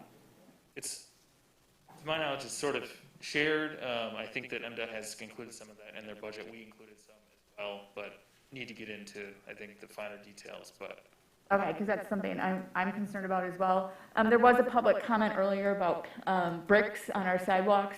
Those bricks were put in over 20 years ago, and nobody here who works for the city or on council made those decisions. So that will be part of repair, as well as looking at new materials going forward where possible. But I hear those comments. Bricks change and move over time, and I don't think that would be the best material going forward, particularly from our ADA, our Accessible and Inclusion Commission would probably agree. I've got a few questions. Go ahead. I was waiting for some of mine to be whittled off here. Justin, I think these are probably mostly for you as the planning and transportation manager. There's been a lot of discussion about bike lanes. And my question is, are those lanes limited to usage for bikes, or can other modes of mobility use those lanes? I think that, I think they're probably defined in the Michigan code, vehicle code as bike lanes, but, all over towns, particularly throughout the pandemic, skateboards, strollers, dog walkers, you name it, have all used those, I would say. Okay. In your PowerPoint presentation, there was a note on estimated travel times. I didn't write all of them down, but they each were, I think, less than a minute each way, estimated increased travel time, if I remember correctly. For peak times. For peak times, right. And who provided those estimates, and if you know, what are they based on? Sure. MDOT's traffic consultant, Bergman, they did complete this follow-up analysis. They did provide those specific numbers of the increase from present time. The only thing that was over a minute was impact to southbound travel time from 10 to 8 mile during the AM peak was 87 seconds, but everything else was under 36 seconds. All right. But yeah, so MDOT did use some historical data they had, and then also the traffic counts that Tool Design pulled in October of 2019 and February of 2020. So before things really shut down at the beginning of the pandemic. In the traffic study, Bergman and MDOT essentially say that those are valid, and they considered I-75 construction.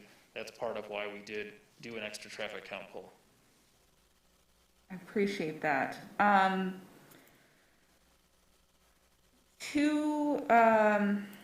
Let's see, sorry. This is probably also a question for you. On the question of transparency and communication to the public about this project, going back to, I guess, the Woodward Moves launch, can you provide some information about how and when this has been communicated to the public? Sure. So it just so happened that in, I should go back a bit, I guess. So in 2018, there was a lot of engagement around the initial traffic safety audit between our two communities. And so that was where we got feedback for and against, in council meetings, planning commission meetings, as well as did a walk with residents, invited folks to join us, DDA meetings as well, to talk about, hey, look, what's the safety situation right now, 2018, and can we do something better, change the status quo?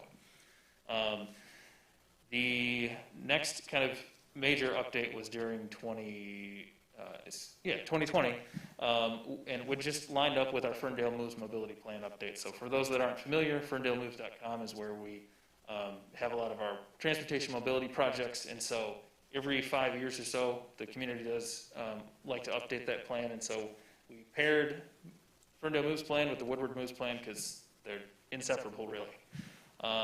And so there was everything from some online Zoom meetings, there were like big community meetings, there were online surveys, there were a postcard that went out at the beginning of that process last August, September. We had project updates at council meetings, planning commission meetings. We had separate individual business meetings where we got to talk to businesses specifically about this Woodward project. We also did just open office hours where people could book, me or the rest of the team for like open time to meet and discuss things. Had some good conversations with businesses on their, specific impacts and that sort of thing. Planning Commission had a couple meetings to adopt, the overall Ferndale Moves Plan, including the Woodward Moves Plan. There's certainly more, but certainly probably the most extensive thing we've done since the previous master plan. Through the chair, I would add on the budget side of things, when MDOT notified us of their intent to first resurface Woodward in 2020, we were able to lobby them to shift it to 2022 due to competing development priorities downtown. We included it in the 5-year capital plan the council approved in 2018-19 fiscal, and it's been iterated every year as the project became more close to being doable, leading up to this year's decision point.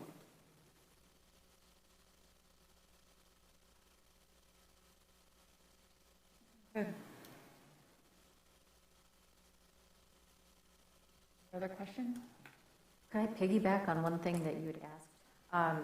So concerning business discussions, during the tool design survey process, how many businesses were included in that process where we had established this sort of parameter of we plan on paring down Woodward and doing what we're doing? How many businesses in particular along Woodward were involved with that process? I really would have to go back and look. We did a online survey that thankfully the Downtown Development Authority helped us share.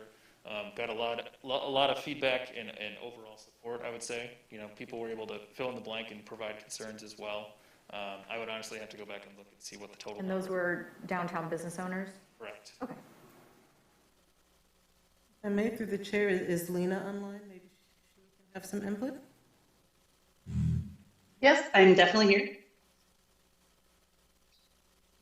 here. Are you interested in my opinion about outreach to the businesses? Yes. Okay. So yeah, I would say that, you know, first of all, I know that discussion of this concept predates anything I was even employed here for. I knew that, you know, Ferndale moves and all like the master land use plans that happened well before my arrival, you know, had this topic of conversation on the table, you know, for many, many folks. So I want to start by acknowledging that I know that there's a history that I was not a part of. But when it came to, you know, doing some more direct outreach, when we had a name for it and we had the desire to go after the grant, you know, I was really proud to work with Justin and Aaron on doing, we had several actually very interactive Zoom sessions where folks were coming in, and I think there was just really more questions than opinions at that time. So we fielded a few questions, but for the most part, the businesses really just wanted to see traffic slow down. They do eventually want to see more room for their sidewalk cafes. That was a big topic of conversation. So, you know, I know that isn't necessarily going to happen right now, but this sort of paves the way, excuse the pun, for that to be, you know, potentially something that could happen in the future. You know, we also put it out on social media, which a lot of our businesses actually follow us at Downtown Ferndale. So it might sound kind of perfunctory to put it out on Facebook or Instagram, but actually we get several hundred businesses that follow us there and see things. So whether they attended a session or not, you know, I think there were a few channels, and we also kept putting it in our newsletter, and which had a lot of engagement in the peak pandemic when, you know, virtual stuff was very predominant in our lives, maybe a little more so than it is now. So, you know, I felt good about what we did at the time. I think when it comes time for, you know, for this to come up, I think we should have more sessions and we should do a little bit more engagement, make sure people, you know, have a chance to ask their questions. But I was pretty confident in the work that we did, you know, before preparing the TAP grant. Oh, and the last thing too is that it actually went in front of the DDA board of directors, and they discussed it. And obviously, most of those folks are downtown business owners, and they voted to support a letter of support for the grant.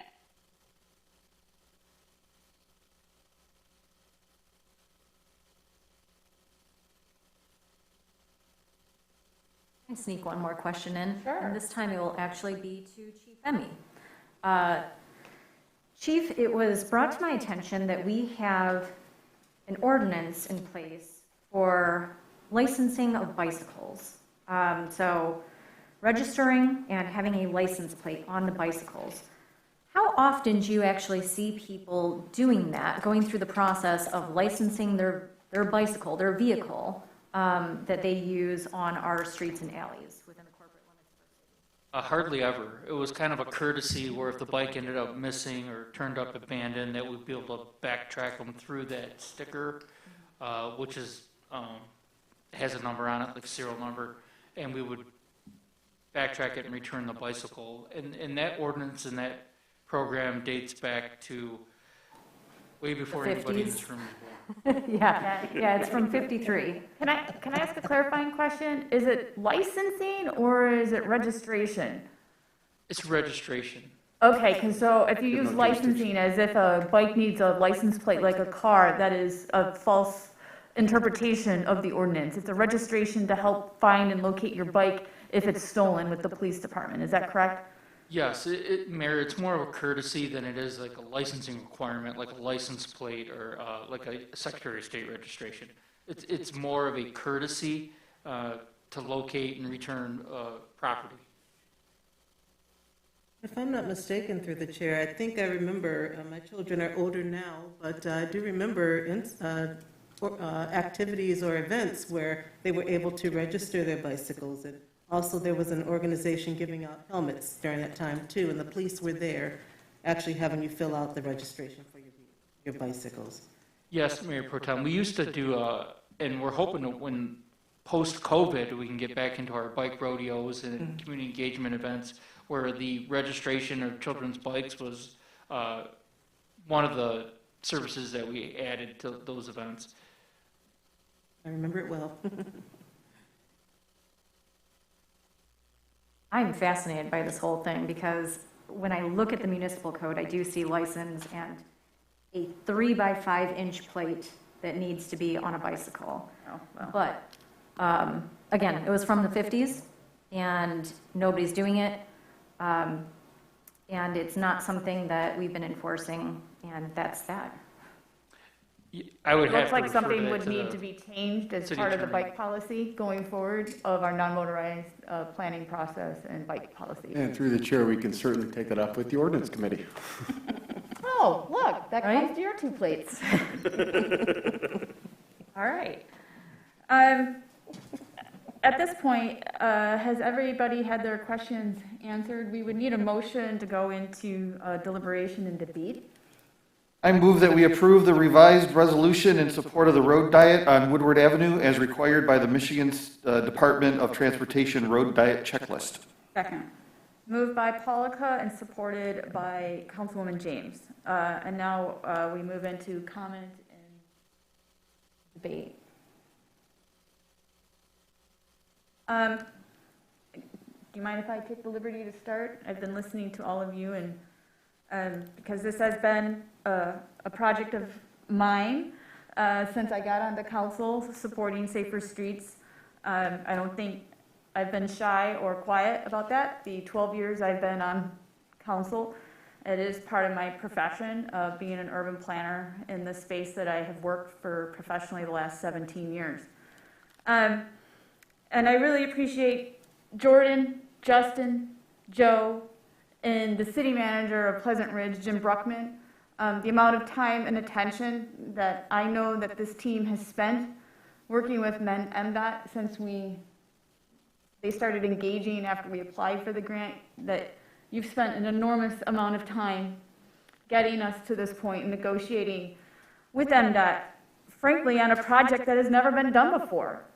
And Ferndale, as someone said earlier, a public comment that you've got to start somewhere. And, you know, I had a resident who I talked to, 28 years old. He had concerns about this project when it started. And he called Woodward the Beast. And he's like, can you fix the beast? And when our residents create nicknames for quarters that sound like monsters, it seems to me we've got a problem. And you know, I see the 8 lanes as a big wound that separates and hurts our downtown, separating our businesses, making it hard for people to cross. I think people make choices about how they navigate Woodward based off of the comfort level. And for years, I've been saying, residents have been telling me for years how uncomfortable it is to walk, how dangerous it feels for them, for their kids. And they don't ride on the street because there's no safe place to ride them on the street. But if you give them one, they ride with their kids on Pinecrest and Livernois. But they can't do that on Woodward and parts of 9 Mile, frankly. So they ride on the sidewalk, which is also dangerous because they can conflict with pedestrians, people walking. And, you know, Woodward was designed to get cars quickly through. And this was 70, 80 years ago. And that question of how we design our streets is really every city everywhere is starting to question, how do you create more opportunity? The measurement shouldn't be anymore how many cars to kick quickly down a street, but how many people. And that is through all modes of transportation: walking, biking, rolling, scootering, which I suspect will happen in the future if we get the bike lanes. And, car speed and the number of cars driving through and the toxic exhaust emitted from those cars, which will transition over time to electric potentially, and our skiddy sidewalks and the loud noises. It's really hard to have a conversation because car traffic is so loud. And it's been this way for so long, we don't know anything different. So our challenge is, our opportunity is this window that MDOT has presented us. And for me as the leader of this city, I have said from the beginning, I would be remiss and I would be undermining the residents and business of this community if I did not try everything in my power to create some safety improvements to Woodward at the opportunity that is presented to us for a street we don't own. And to me, that is leadership, of responding to our residents when I've had no control over this damn road of the beast. And now is the time to do it. And we know what the solution is, because we've been putting those solutions in all of our streets, and so have our neighbors. So is Detroit. Detroit on Woodward goes down to fewer lanes in their downtown with higher density, and they're making one of their right curb lanes a only transit lane, and they're painting it red. So they're even making it more connected, and this is the future of Woodward. Detroit's changing it. The city of Pontiac is removing their loop. So we're not the only city, and the DIA, or Midtown Inc. Detroit, is trying to put a street diet in front of the cultural center in Detroit. So we're not the only ones, but we're the first, right? Who's this far along in the process. We have the ability right now to make it safer for children and their parents, visitors coming to our downtown, and improving the business community by making foot traffic easier to get around our community. And it's more than just bike lanes, as we've heard before. It is about sight lines for cars. It is about getting cars to drive the actual speed limit of 30 miles per hour, which nobody does right now. And I hear all those comments online all the time, and people saying we drive too fast. So these are the solutions, and this is the hope that we can give here. And they have to last for the next 10 years. And I think we have a huge learning curve as well, and that this is not a permanent design, but we're going to have lessons learned, and from what works and what doesn't with the design elements that MDOT approves. And then we'll probably have a 3 to 4 month learning curve of even myself learning how to reuse the street, as we do with every street that gets changes to the design of it. And then finally, I'm going to close with a quote that I heard a couple. Every place people live should be treated like it's a place to live, not a place to pass through quickly on our way to somewhere else. And Woodward was designed to pass through Woodward quickly on the way to somewhere else. And that's hurting our downtown. That's hurting our business community in a way that we've never really thought about before. I've always been upfront about my intentions and goals and how I've supported this project. And I really hope MDOT and the state figure out that our project is innovative and forward-thinking and helps the state reduce its carbon footprint by making it easier to travel in other ways than cars. So with that, I think you all know how I'm going to vote, if I haven't made it clear enough. Now is the time to make some safety improvements. Through the chair, if you don't mind, I'd like to chime in next, because I think a lot of us are going to say some very similar things with some slightly different perspectives, I think. Mine is that bike lanes have really been misperceived as the emphasis of this project. That's not the emphasis of this project at all. The emphasis of this project is traffic calming, safer crossings, safer intersections, accessibility for people who use mobility devices, greater accessibility for public transit users. It's a holistic, overall revisioning how we use Woodward and how we perceive it. Woodward is not a monolith. We tend to think of it that way, but from downtown Detroit up to Pontiac, it shifts speeds, it shifts lane numbers. From community to community, it's a different road. And we would like it to be a smaller, calmer, safer road in our community.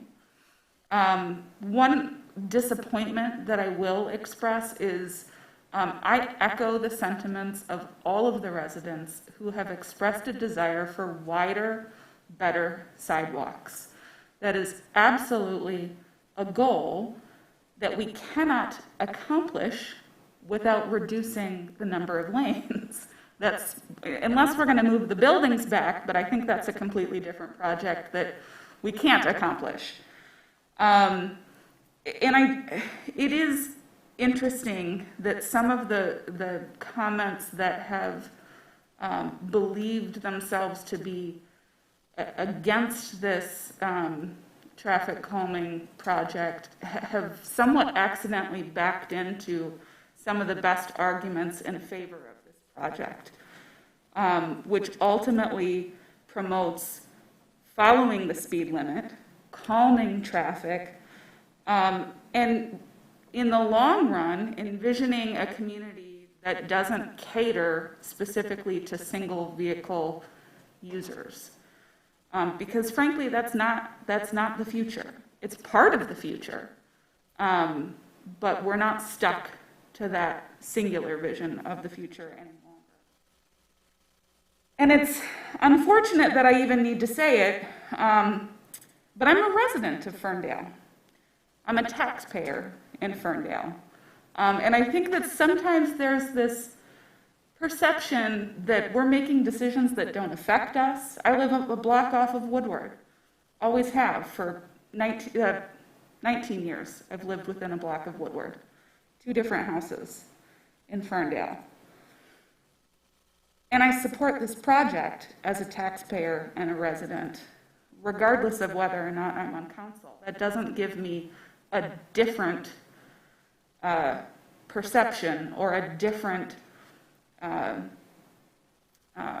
cost-benefit analysis. I just happen to be in this seat. I said it back in February when we originally passed the same resolution, which now is just being updated to acknowledge a couple of revisions on the very northern and southern ends. I made a really corny, crappy joke, and I'm going to make it again in reference to Hamilton. I'm not throwing away this shot because it's not going to come again for a long time.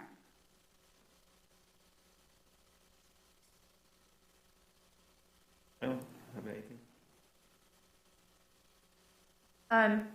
My final comment is this, because I always look ahead and forward. Oh, sorry, Laura. Sorry, Councilwoman Mikulski. You Please could go do your ahead. final comment first if you want. No, go ahead. It's about looking ahead beyond the grant. So my only thoughts on this, back in 2019, we're gonna rewind to before I was elected, to the Women League of Voters event, where I sat up here and got a question about bike lanes and delineators and my comfort levels and what I would do if this thing is in front of me. And I said, I would reference you. I would look to you, Melanie Piana, because this is your baby. This is what you have been studying for God only knows how long. And this is something that you're the expert on, and I'm not, for better or for worse. If you say that this is going to work, and you say that this is going to make it safer for people to walk along Woodward, you know, I looked back at the Cobalt survey, and people were saying that The reason they love Ferndale is because it's walkable. 88% said that it was walkable. But they also said that they wanted more walkability. and it was fascinating to me because, again, it was tied to Woodward. And as somebody that walks this city, I can't bike to save my life. It's embarrassing. But as somebody who walks the city on a regular basis, I do cross Woodward, and I have almost been hit. I've almost been hit with my kid in a stroller. So if we can make it better, we should make it better. And if you're saying that this is going to make it better, then I have to believe that you're right. So that's my 2 cents on it. If you say that this is going to work, I have to believe that it's going to work because you are the expert. Well, I really appreciate your support in me, but I also would say there's expert in Pleasant Ridge. Tool design, MDOT actually has people who are supporting design work too, and they've said it's going to work with some changes to traffic travel. Justin's an expert, Jordan's an expert, Lena's an expert, so I'm not the only expert. And while I appreciate your support, I also want to be able to make sure that you own your vote too. Sure. And that there will be bumps in the road, as with every learning curve. It's happened in Detroit, it's happened in Royal Oak, it's happened in Birmingham. And we will make adjustments where necessary, but if we don't try, we won't be making any improvements at all. And another decade goes by where the same complaints, the same folks are complaining about the crashes, the safety crossing Woodward, and nothing changes. But I wanted to talk about, creating, what does it look like for us if we get the grant, and going forward, my expectation is we'll get the grant notice in October. Hopefully we'll get the full amount. MDOT knows and SEMCOG knows that if we don't get the full amount, this project is for naught, and I can't imagine they would drag our staff through the negotiating process without, committing to the full amount, only to say no, because that's not worth anybody's time in order to do that. So I'm hopeful October will come in our favor, but I also expect that there will be a full-fledged communications push about construction from the DDA and staff, because the orange barrels will be down in March, regardless if we get the grant or not. So communications with the business owners have to be forefront in our mind and ready to go with the communications plan and engagement, because it's going to change their business models potentially, particularly with curbside drop-off and all of that pickup and whatever.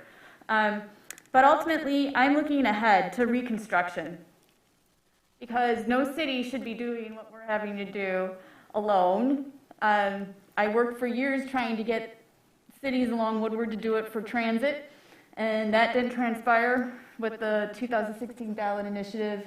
Nothing happened for years, and now this paving project. So you do what you can with the resources and opportunities that present themselves, but ultimately, Woodward for reconstruction should be in these regional processes called the Transportation Improvement Plan, where the federal government comes in and helps pay for the whole thing, or really a big chunk of it. And that's what reconstruction should look like. And in 10 years, our streets are going to have to be ready for autonomous vehicles, electric charging stations will be vastly different from now. But I'm setting the seeds and working through that with my council or my elected partners along the corridor. And since I take a beating on transit, I'm on the Transportation Coordinating Council, which approves the Transportation Improvement Plan, because I got myself appointed back in April because I see the future, and I will be planting seeds for reconstruction down the road. So that's my take, and we'll see where we are in October. And I appreciate everybody on council's leadership and support getting us this far. But there's learning curves ahead. It won't all be perfect, and everybody will need to learn and be educated on how to reuse Woodward. So that's my signal. And you got to own your vote.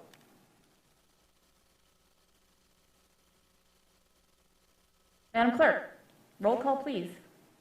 Councilmember Polika? Yes. Councilmember James? Yes. Mayor Pro Tem Leaks May? Yes. Councilmember Mikulski? Yes. Mayor Piana? Yes. All right, folks, this is approved, the street diet checklist. It goes on next to the MDOT process churn. Staff will keep us updated and see where that goes.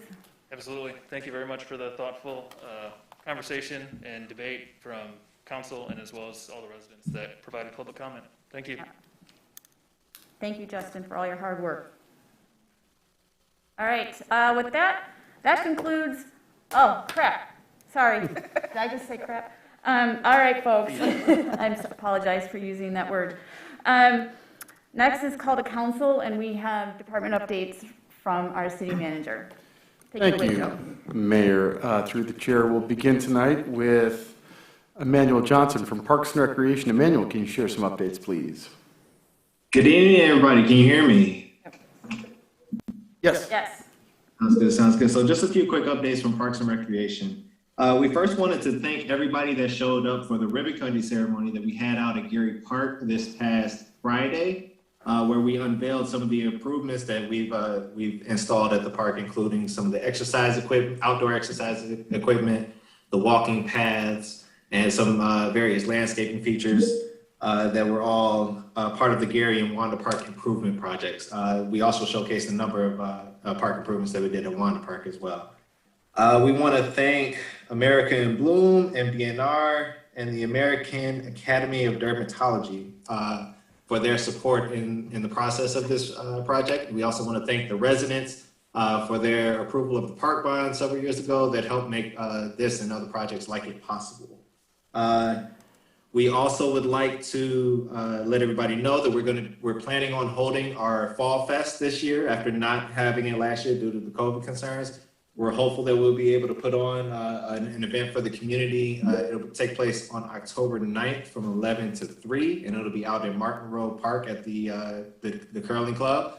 We'll have a variety of different activities, including several carnival games. We'll have a live DJ. We'll have some horse rides and a bunch of candy to give out to the kids. So we encourage residents to come out, wear your costumes out there, get in your best fall themed attire, and tickets for that event will be $7 per person. The wristbands will give you access to everything except for any food that you want to purchase while you're out there. We also want to let everybody know that we will be holding the virtual 5K that's done in partnership with MParks. Last year, we were one of the top communities in terms of number of runners participating and funds raised for our department. So we want to continue that this year. More information on that will be available on the city's website and the city's Facebook pages in the next few days. And I also am supposed to announce that this Saturday is the start of our soccer season. Our soccer games take place every Saturday morning at 9 o'clock, usually at Harding Park, I want to say. It's either Harding or Martin Road. I haven't had a chance to actually talk to Lisa. But the games usually take place at Harding Park. And yeah, that's it for Parks and Rec. Thank you, Emmanuel. And I'm also late to also reinforce again, like last year, we took number 1 in the MParks Challenge. I will be matching the same expectation last year, so $10 for every registration up to the agreed upon household budget of $300. Luckily, my household budget partner agreed to that again this year. So no more though. So 30 cap. Let's get 30 at least and charge me. We'll be sending out some communications on that. Next, Jordan Smelly, our elections manager, to give an update on EV ballots. Thank you. Good evening, Mayor and Council. Can you hear me? Yes. Yes. Excellent. Thanks. I'm just giving a quick update on the AV ballots for this upcoming November election. The applications for absentee ballots were mailed out on September 9th and in a pleasant surprise started hitting mailboxes the very next day on September 10th. Hopefully many of you have already received yours, but if not, it should be showing up in the next couple of days. The big change this year is the number that we mailed out. Our list of permanent absentee application folks has more than tripled since this time a year ago, which is an indicator that Ferndale voters really liked their first-time experience of voting absentee during the 2020 election cycle. A year ago, we sent out 2,350 applications on the permanent list. This year, it was 7,600 applications that went out. So it's about a 325% of a year ago, which is great news. Still, even though the mail seems to be going quickly, if anybody wants a different option to get their completed application back to us, our gray election drop boxes are available 24 hours a day, 7 days a week. There's one outside City Hall, close to the parking lot, and the other one outside the Kulik Center. Even though the Kulik Center is closed, the election drop box is still available. The ballots themselves are going to be mailed out in the last few days of September, and folks should start seeing those in their mailboxes by the first few days of October. So that's coming up. You still have plenty of time to apply for an absentee ballot. You can do that online, in person at City Hall, or if you'd like to give us a call, we can certainly mail you an application as well. Thank you very much. Thanks, Jordan. Next, we have Kara Sokol, our Director of Communications and award winner of a National Communications Award, recognized for excellence in the industry. Well done, all of her team. That's so nice of you. Thank you so much. Yes, I do want to give my team amazing props. We just got back from the 3CMA National Conference. That's City County Communications Association. Our first time attending the national conference, the team gave a 90-minute presentation about learning how to find your outside voice, so how to speak to people in a non-governmenty way. And we were voted one of the best presentations of the conference.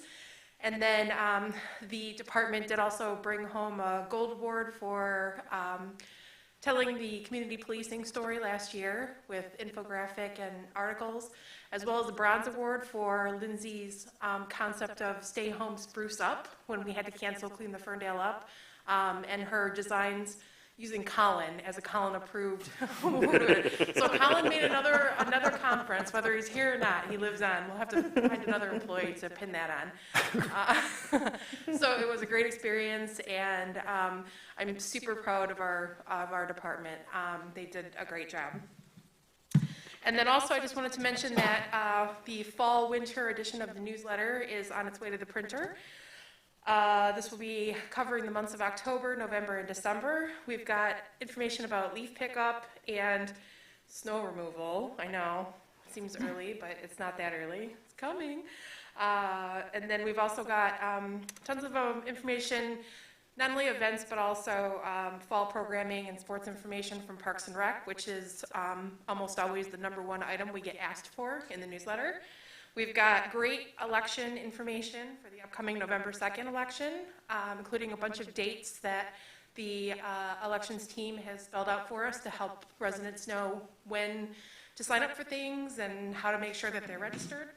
And then we've got ways that residents can get involved in the master land use plan and how they can give us advice on ARPA funding, the American Rescue Plan Act federal relief. So look for that in your mailboxes within the next probably 2 weeks, hopefully before the last week of September. So that's all.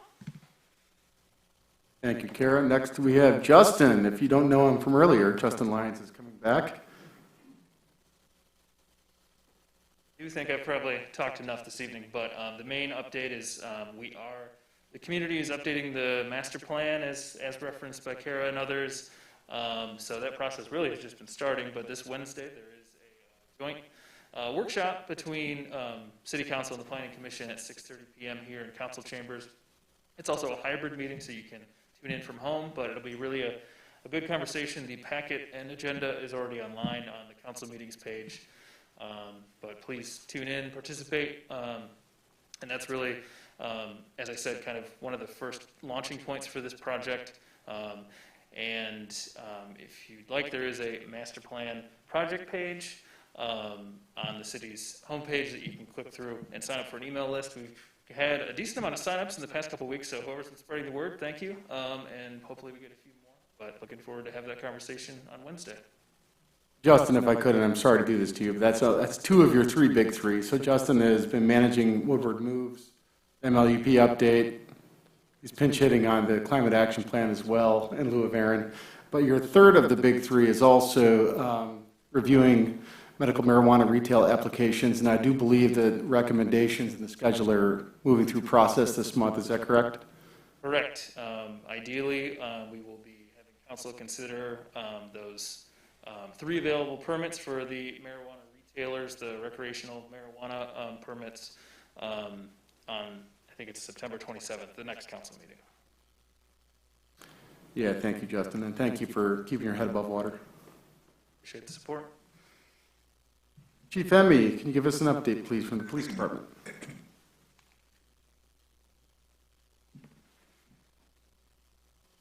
Thank you, Mayor and Council. Just a quick update. Our Citizens Police Academy is starting next month. It's every Thursday from 6 to 9 p.m. right here in either the council chambers or an alternate location. It's a really cool program. Please spread the word. You get to learn about the inner workings of your own police department, how we staff, how we train, what's important to us, and you get to pick the brains of everybody from a dispatcher all the way up to the chief of police. So there's still time. We have 12 signed up already. We would love to get up to like 20. We have enough room to do it safely distanced, so please spread the word to anybody you think might be interested. And this isn't just for our people who follow us blindly. We want people who question us, and we want our authority questioned, and we want we're not afraid to stand in front of you and ask and answer the hard questions. So that's why we're doing it. This is definitely in the spirit of community and transparency. So please spread the word. There's still room, and that program is ran by our CEO, Jill Mollmeister. So she runs a great program, and we're looking forward to it. Thank you. Thank you, Chief. Looks like DPW will bring back updates at the next meeting. To Karis Point, leaf season is coming upon us pretty soon. And I believe we'll have first annual report out of lead service line replacement activity coming up in the next two meetings. Chief Robinson, you have an update with your partnership with the University of Michigan. Yes, good evening, everybody. So I'm pretty excited about this. There's a lot of work that we want to do as a fire department for our community, beyond just responding to emergencies and the 911 calls. We want to do a lot of proactive and do a lot of great things in our community. So we're really stepping up our community risk reduction and some of the other initiatives that we should be doing as a fire department. And a lot of times we're challenged because of staffing and resources. So we have the opportunity, University of Michigan has a grad school program class, and we have a team of students that will be helping us work on our firefighter right to know stuff. What that is every business in the city of Ferndale is supposed to report chemicals they have on site. That's very difficult for us to try to track and do. So this team is going to help us build a platform that's very user-friendly and inviting to our business community and allow us to collect this information.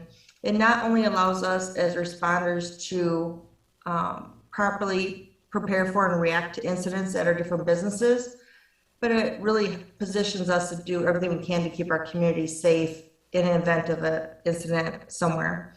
So we get that information. So it's an exciting thing. So if you're a business owner, don't be surprised if one of these college students reaches out to you. You'll be getting some information, and this will be an annual reporting, but we're working to make it as easy and reduce the cumbersomeness or intimidation of it as much as possible. It's nothing negative, it's a positive thing. So we want to do a lot of education and outreach with that so we can really engage with our business community and work together on that.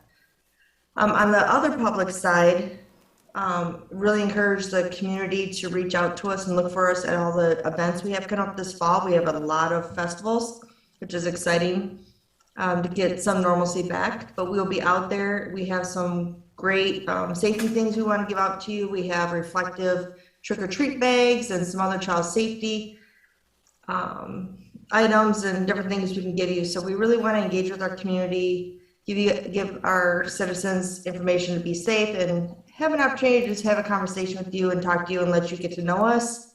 So please look for us at the events and come say hi.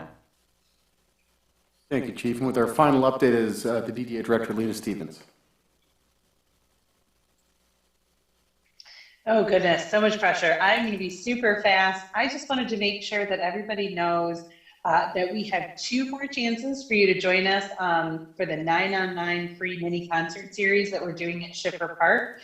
This past Saturday, we hosted the M1 Jazz Collective, which is an offshoot of the Ferndale Community Concert Band. And it was actually pretty large scale. It was a pretty significant production. They set up for about an hour and a half before the concert started. So we've got 2 more Saturdays. It's every Saturday. Started in July through September. It starts at 2 p.m., goes till about 3 p.m. We've been lucky. This year was entirely volunteer. So I want to thank the Ferndale Arts and Cultural Commission and the volunteers, both from that group as well as the DDA Vision Committee, because it's really the first time that we've been activating Schiffer Park, and it's a great example of what we could do there. So I really encourage you to attend if you can, because I would also love your feedback about how we could do it better next year, because it was a little bit fly by the seat of our pants this year, and it's beautiful for that, but I think we can make it better. So really would encourage you to come out and then follow up with me about your experience. Thank you. Thank you, Lena. And I will just close out because my staff's work speaks for itself. I want to thank them all. We've been going through a significant organizational change over the past year. And on that note, we have made an offer and we have drawn to a conclusion for our next finance director. We're in the offer stage right now, though, so I hope to bring forth a recommendation for council on the next council meeting, September 27th.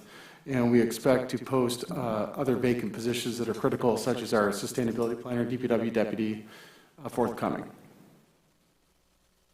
That's it, Mayor. Thank you, Joe, and thank you all, everybody on the team. And next up is call to council from council members, and we'll start with Mayor Pro Tem tonight. I actually don't have anything tonight, Mayor, but thank you. Councilman Polka? I do. I'm going to kind of put our DPW director, Dan Antostic, on the spot. A number of residents have reached out to me regarding the Rainbow Crosswalk.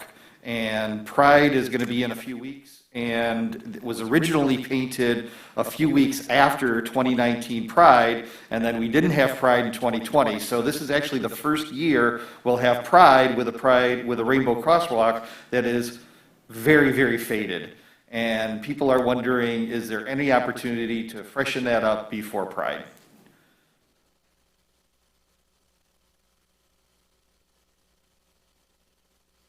Councilwoman, is that it? Oh. Yeah, that's my only question, but I don't know if Dan's going to answer that. It's definitely something we can look into with the short time frame, a full repainting. Maybe not, but at least a thorough cleaning of the crosswalk will occur prior to Pride. Okay. I don't know if a thorough cleaning is going to do it, because like I said, it's faded. You know, it's been 2 years, and I think that's all they expected it to last was 2 to 3 years before it needed to be painted again. Okay. That was all I had. Councilwoman James, just going. Oh, sure. Very, very quickly, you won't find anything about this online quite yet because we just nailed down the date. But please mark your calendar for the evening of Wednesday, September 29th at 7 o'clock. This will be, I think, the third community discussion in a similar style as the stormwater mitigation discussion, and it'll be a little bit different than our anti-racism update because I think we're going back to full Zoom interface because I think that's a little bit more accessible for folks, and it'll give us an opportunity to engage better with folks who are viewing from home rather than just trying to kind of backdoor in some engagement through Facebook Live. But this time we're going to be tackling the strategic plan and the master land use plan. As you are probably aware, we're in the process of updating the master land use plan, which happens once every 5 years.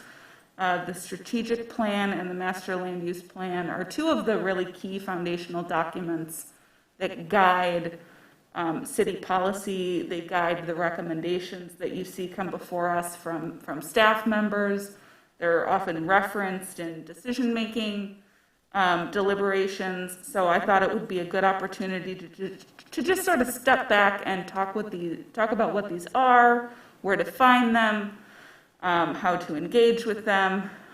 So mark your calendar if you'd like to participate in that discussion, and then hopefully we'll have a video available for those who aren't able to participate live.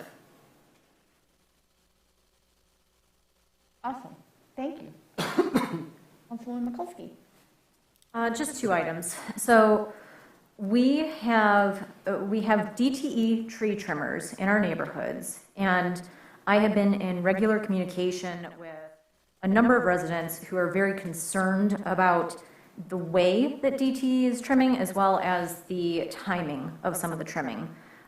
We know that trimming is necessary. We know that it's something that absolutely has to happen in order for us to maintain our power levels. We also know that there is risk involved, especially with our oak trees. The time of least risk is between November and March. And as such, I've been asking residents to send me pictures, to send me their concerns, so that I can relay those to DTE. I wanted to let residents know I am still talking to DTE. I will still be communicating, sending those pictures to our DTE representative. And I would ask that you continue sending them to me. We may not have a choice. At the end of the day, DTE is who they are, and they can trim as they see fit.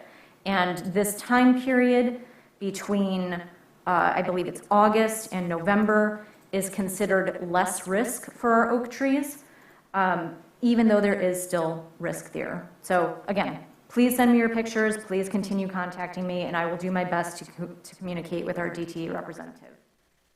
And lastly, due to the ongoing conversations about the Woodward diet, I have heard multiple times that people are very concerned about the Headley override, they're concerned about their taxes, they're concerned about affordability. They see a big price tag, and you know, unfortunately, we've kind of buried the lead this entire time that this was going to be paid for with TAP grant dollars and federal dollars from Act 51. But it's been a good exercise to hear from these individuals that they are concerned and that they're looking at the fact that we have been in a Headley override for 10 years, and they want to see what we're going to do to fix this and to get them to a place that they're more comfortable that we are trying our best to get out of the situation. And there's so many different things at play here, and I appointed people to Save My City and the MML and some of the fantastic work that they've done. But I do want you to know that I've heard you, and I share your frustrations and I share your concerns, and it is something that we're going to have to talk about and we're going to continue talking about. Every year we have a budget session, and that's a perfect time to bring up Headley and override and all of your concerns about where your tax dollars are spent. And in the meantime, again, please reach out, share your concerns, and we will do our best. Thanks. Thanks for teeing me up on the DTE. At the last council meeting, I said that Executive Dave Coulter was coordinating a meeting with the mayors to meet with the CEO leadership of DTE to talk about recent storm events and share plans on how DTE will improve the county's energy infrastructure. I know tree trimming is a big part of that. So while you send Laura your emails too, but you could also send them to me, because I will be representing the city of Ferndale on Monday with all the mayors in Oakland County, South Oakland County, that are having these problems. And I've heard from residents too about the tree trimming, and we'll be conveying those concerns going forward. But if there's any other questions that you would like me to ask of our executive as well as DTE, please let me know. And then finally, as also a comment to Councilman Mikulski, is that the city takes our budgeting process very seriously, and we start engaging in that and strategic planning for the last few years. We have said that the Headley override expires in 2015 and will need to be renewed in 2024, and that we're having conversations leading up to it. And at the end of the day, it's up to residents to decide whether or not they want to keep the Headley or not. It's not just council's decision. And not approving the Headley override will probably be, what, a $3 million to $4 million gap in funding because of the statewide infrastructure or statewide municipal finance system. So we have real discussions to make going ahead and going forward. But this council body has already said when and how we will start talking about the Headley. Because it's just a nature and a part of what we do as a city council, because Headley determines everything of what we can and cannot do based off of tax revenue and taxing limitations in our Constitution. With that, folks, it's 9:51. Thank you for being here tonight and having a great conversation with our residents about an important project. And we will see you next time. And I'm calling it at 9:50. Recording stopped.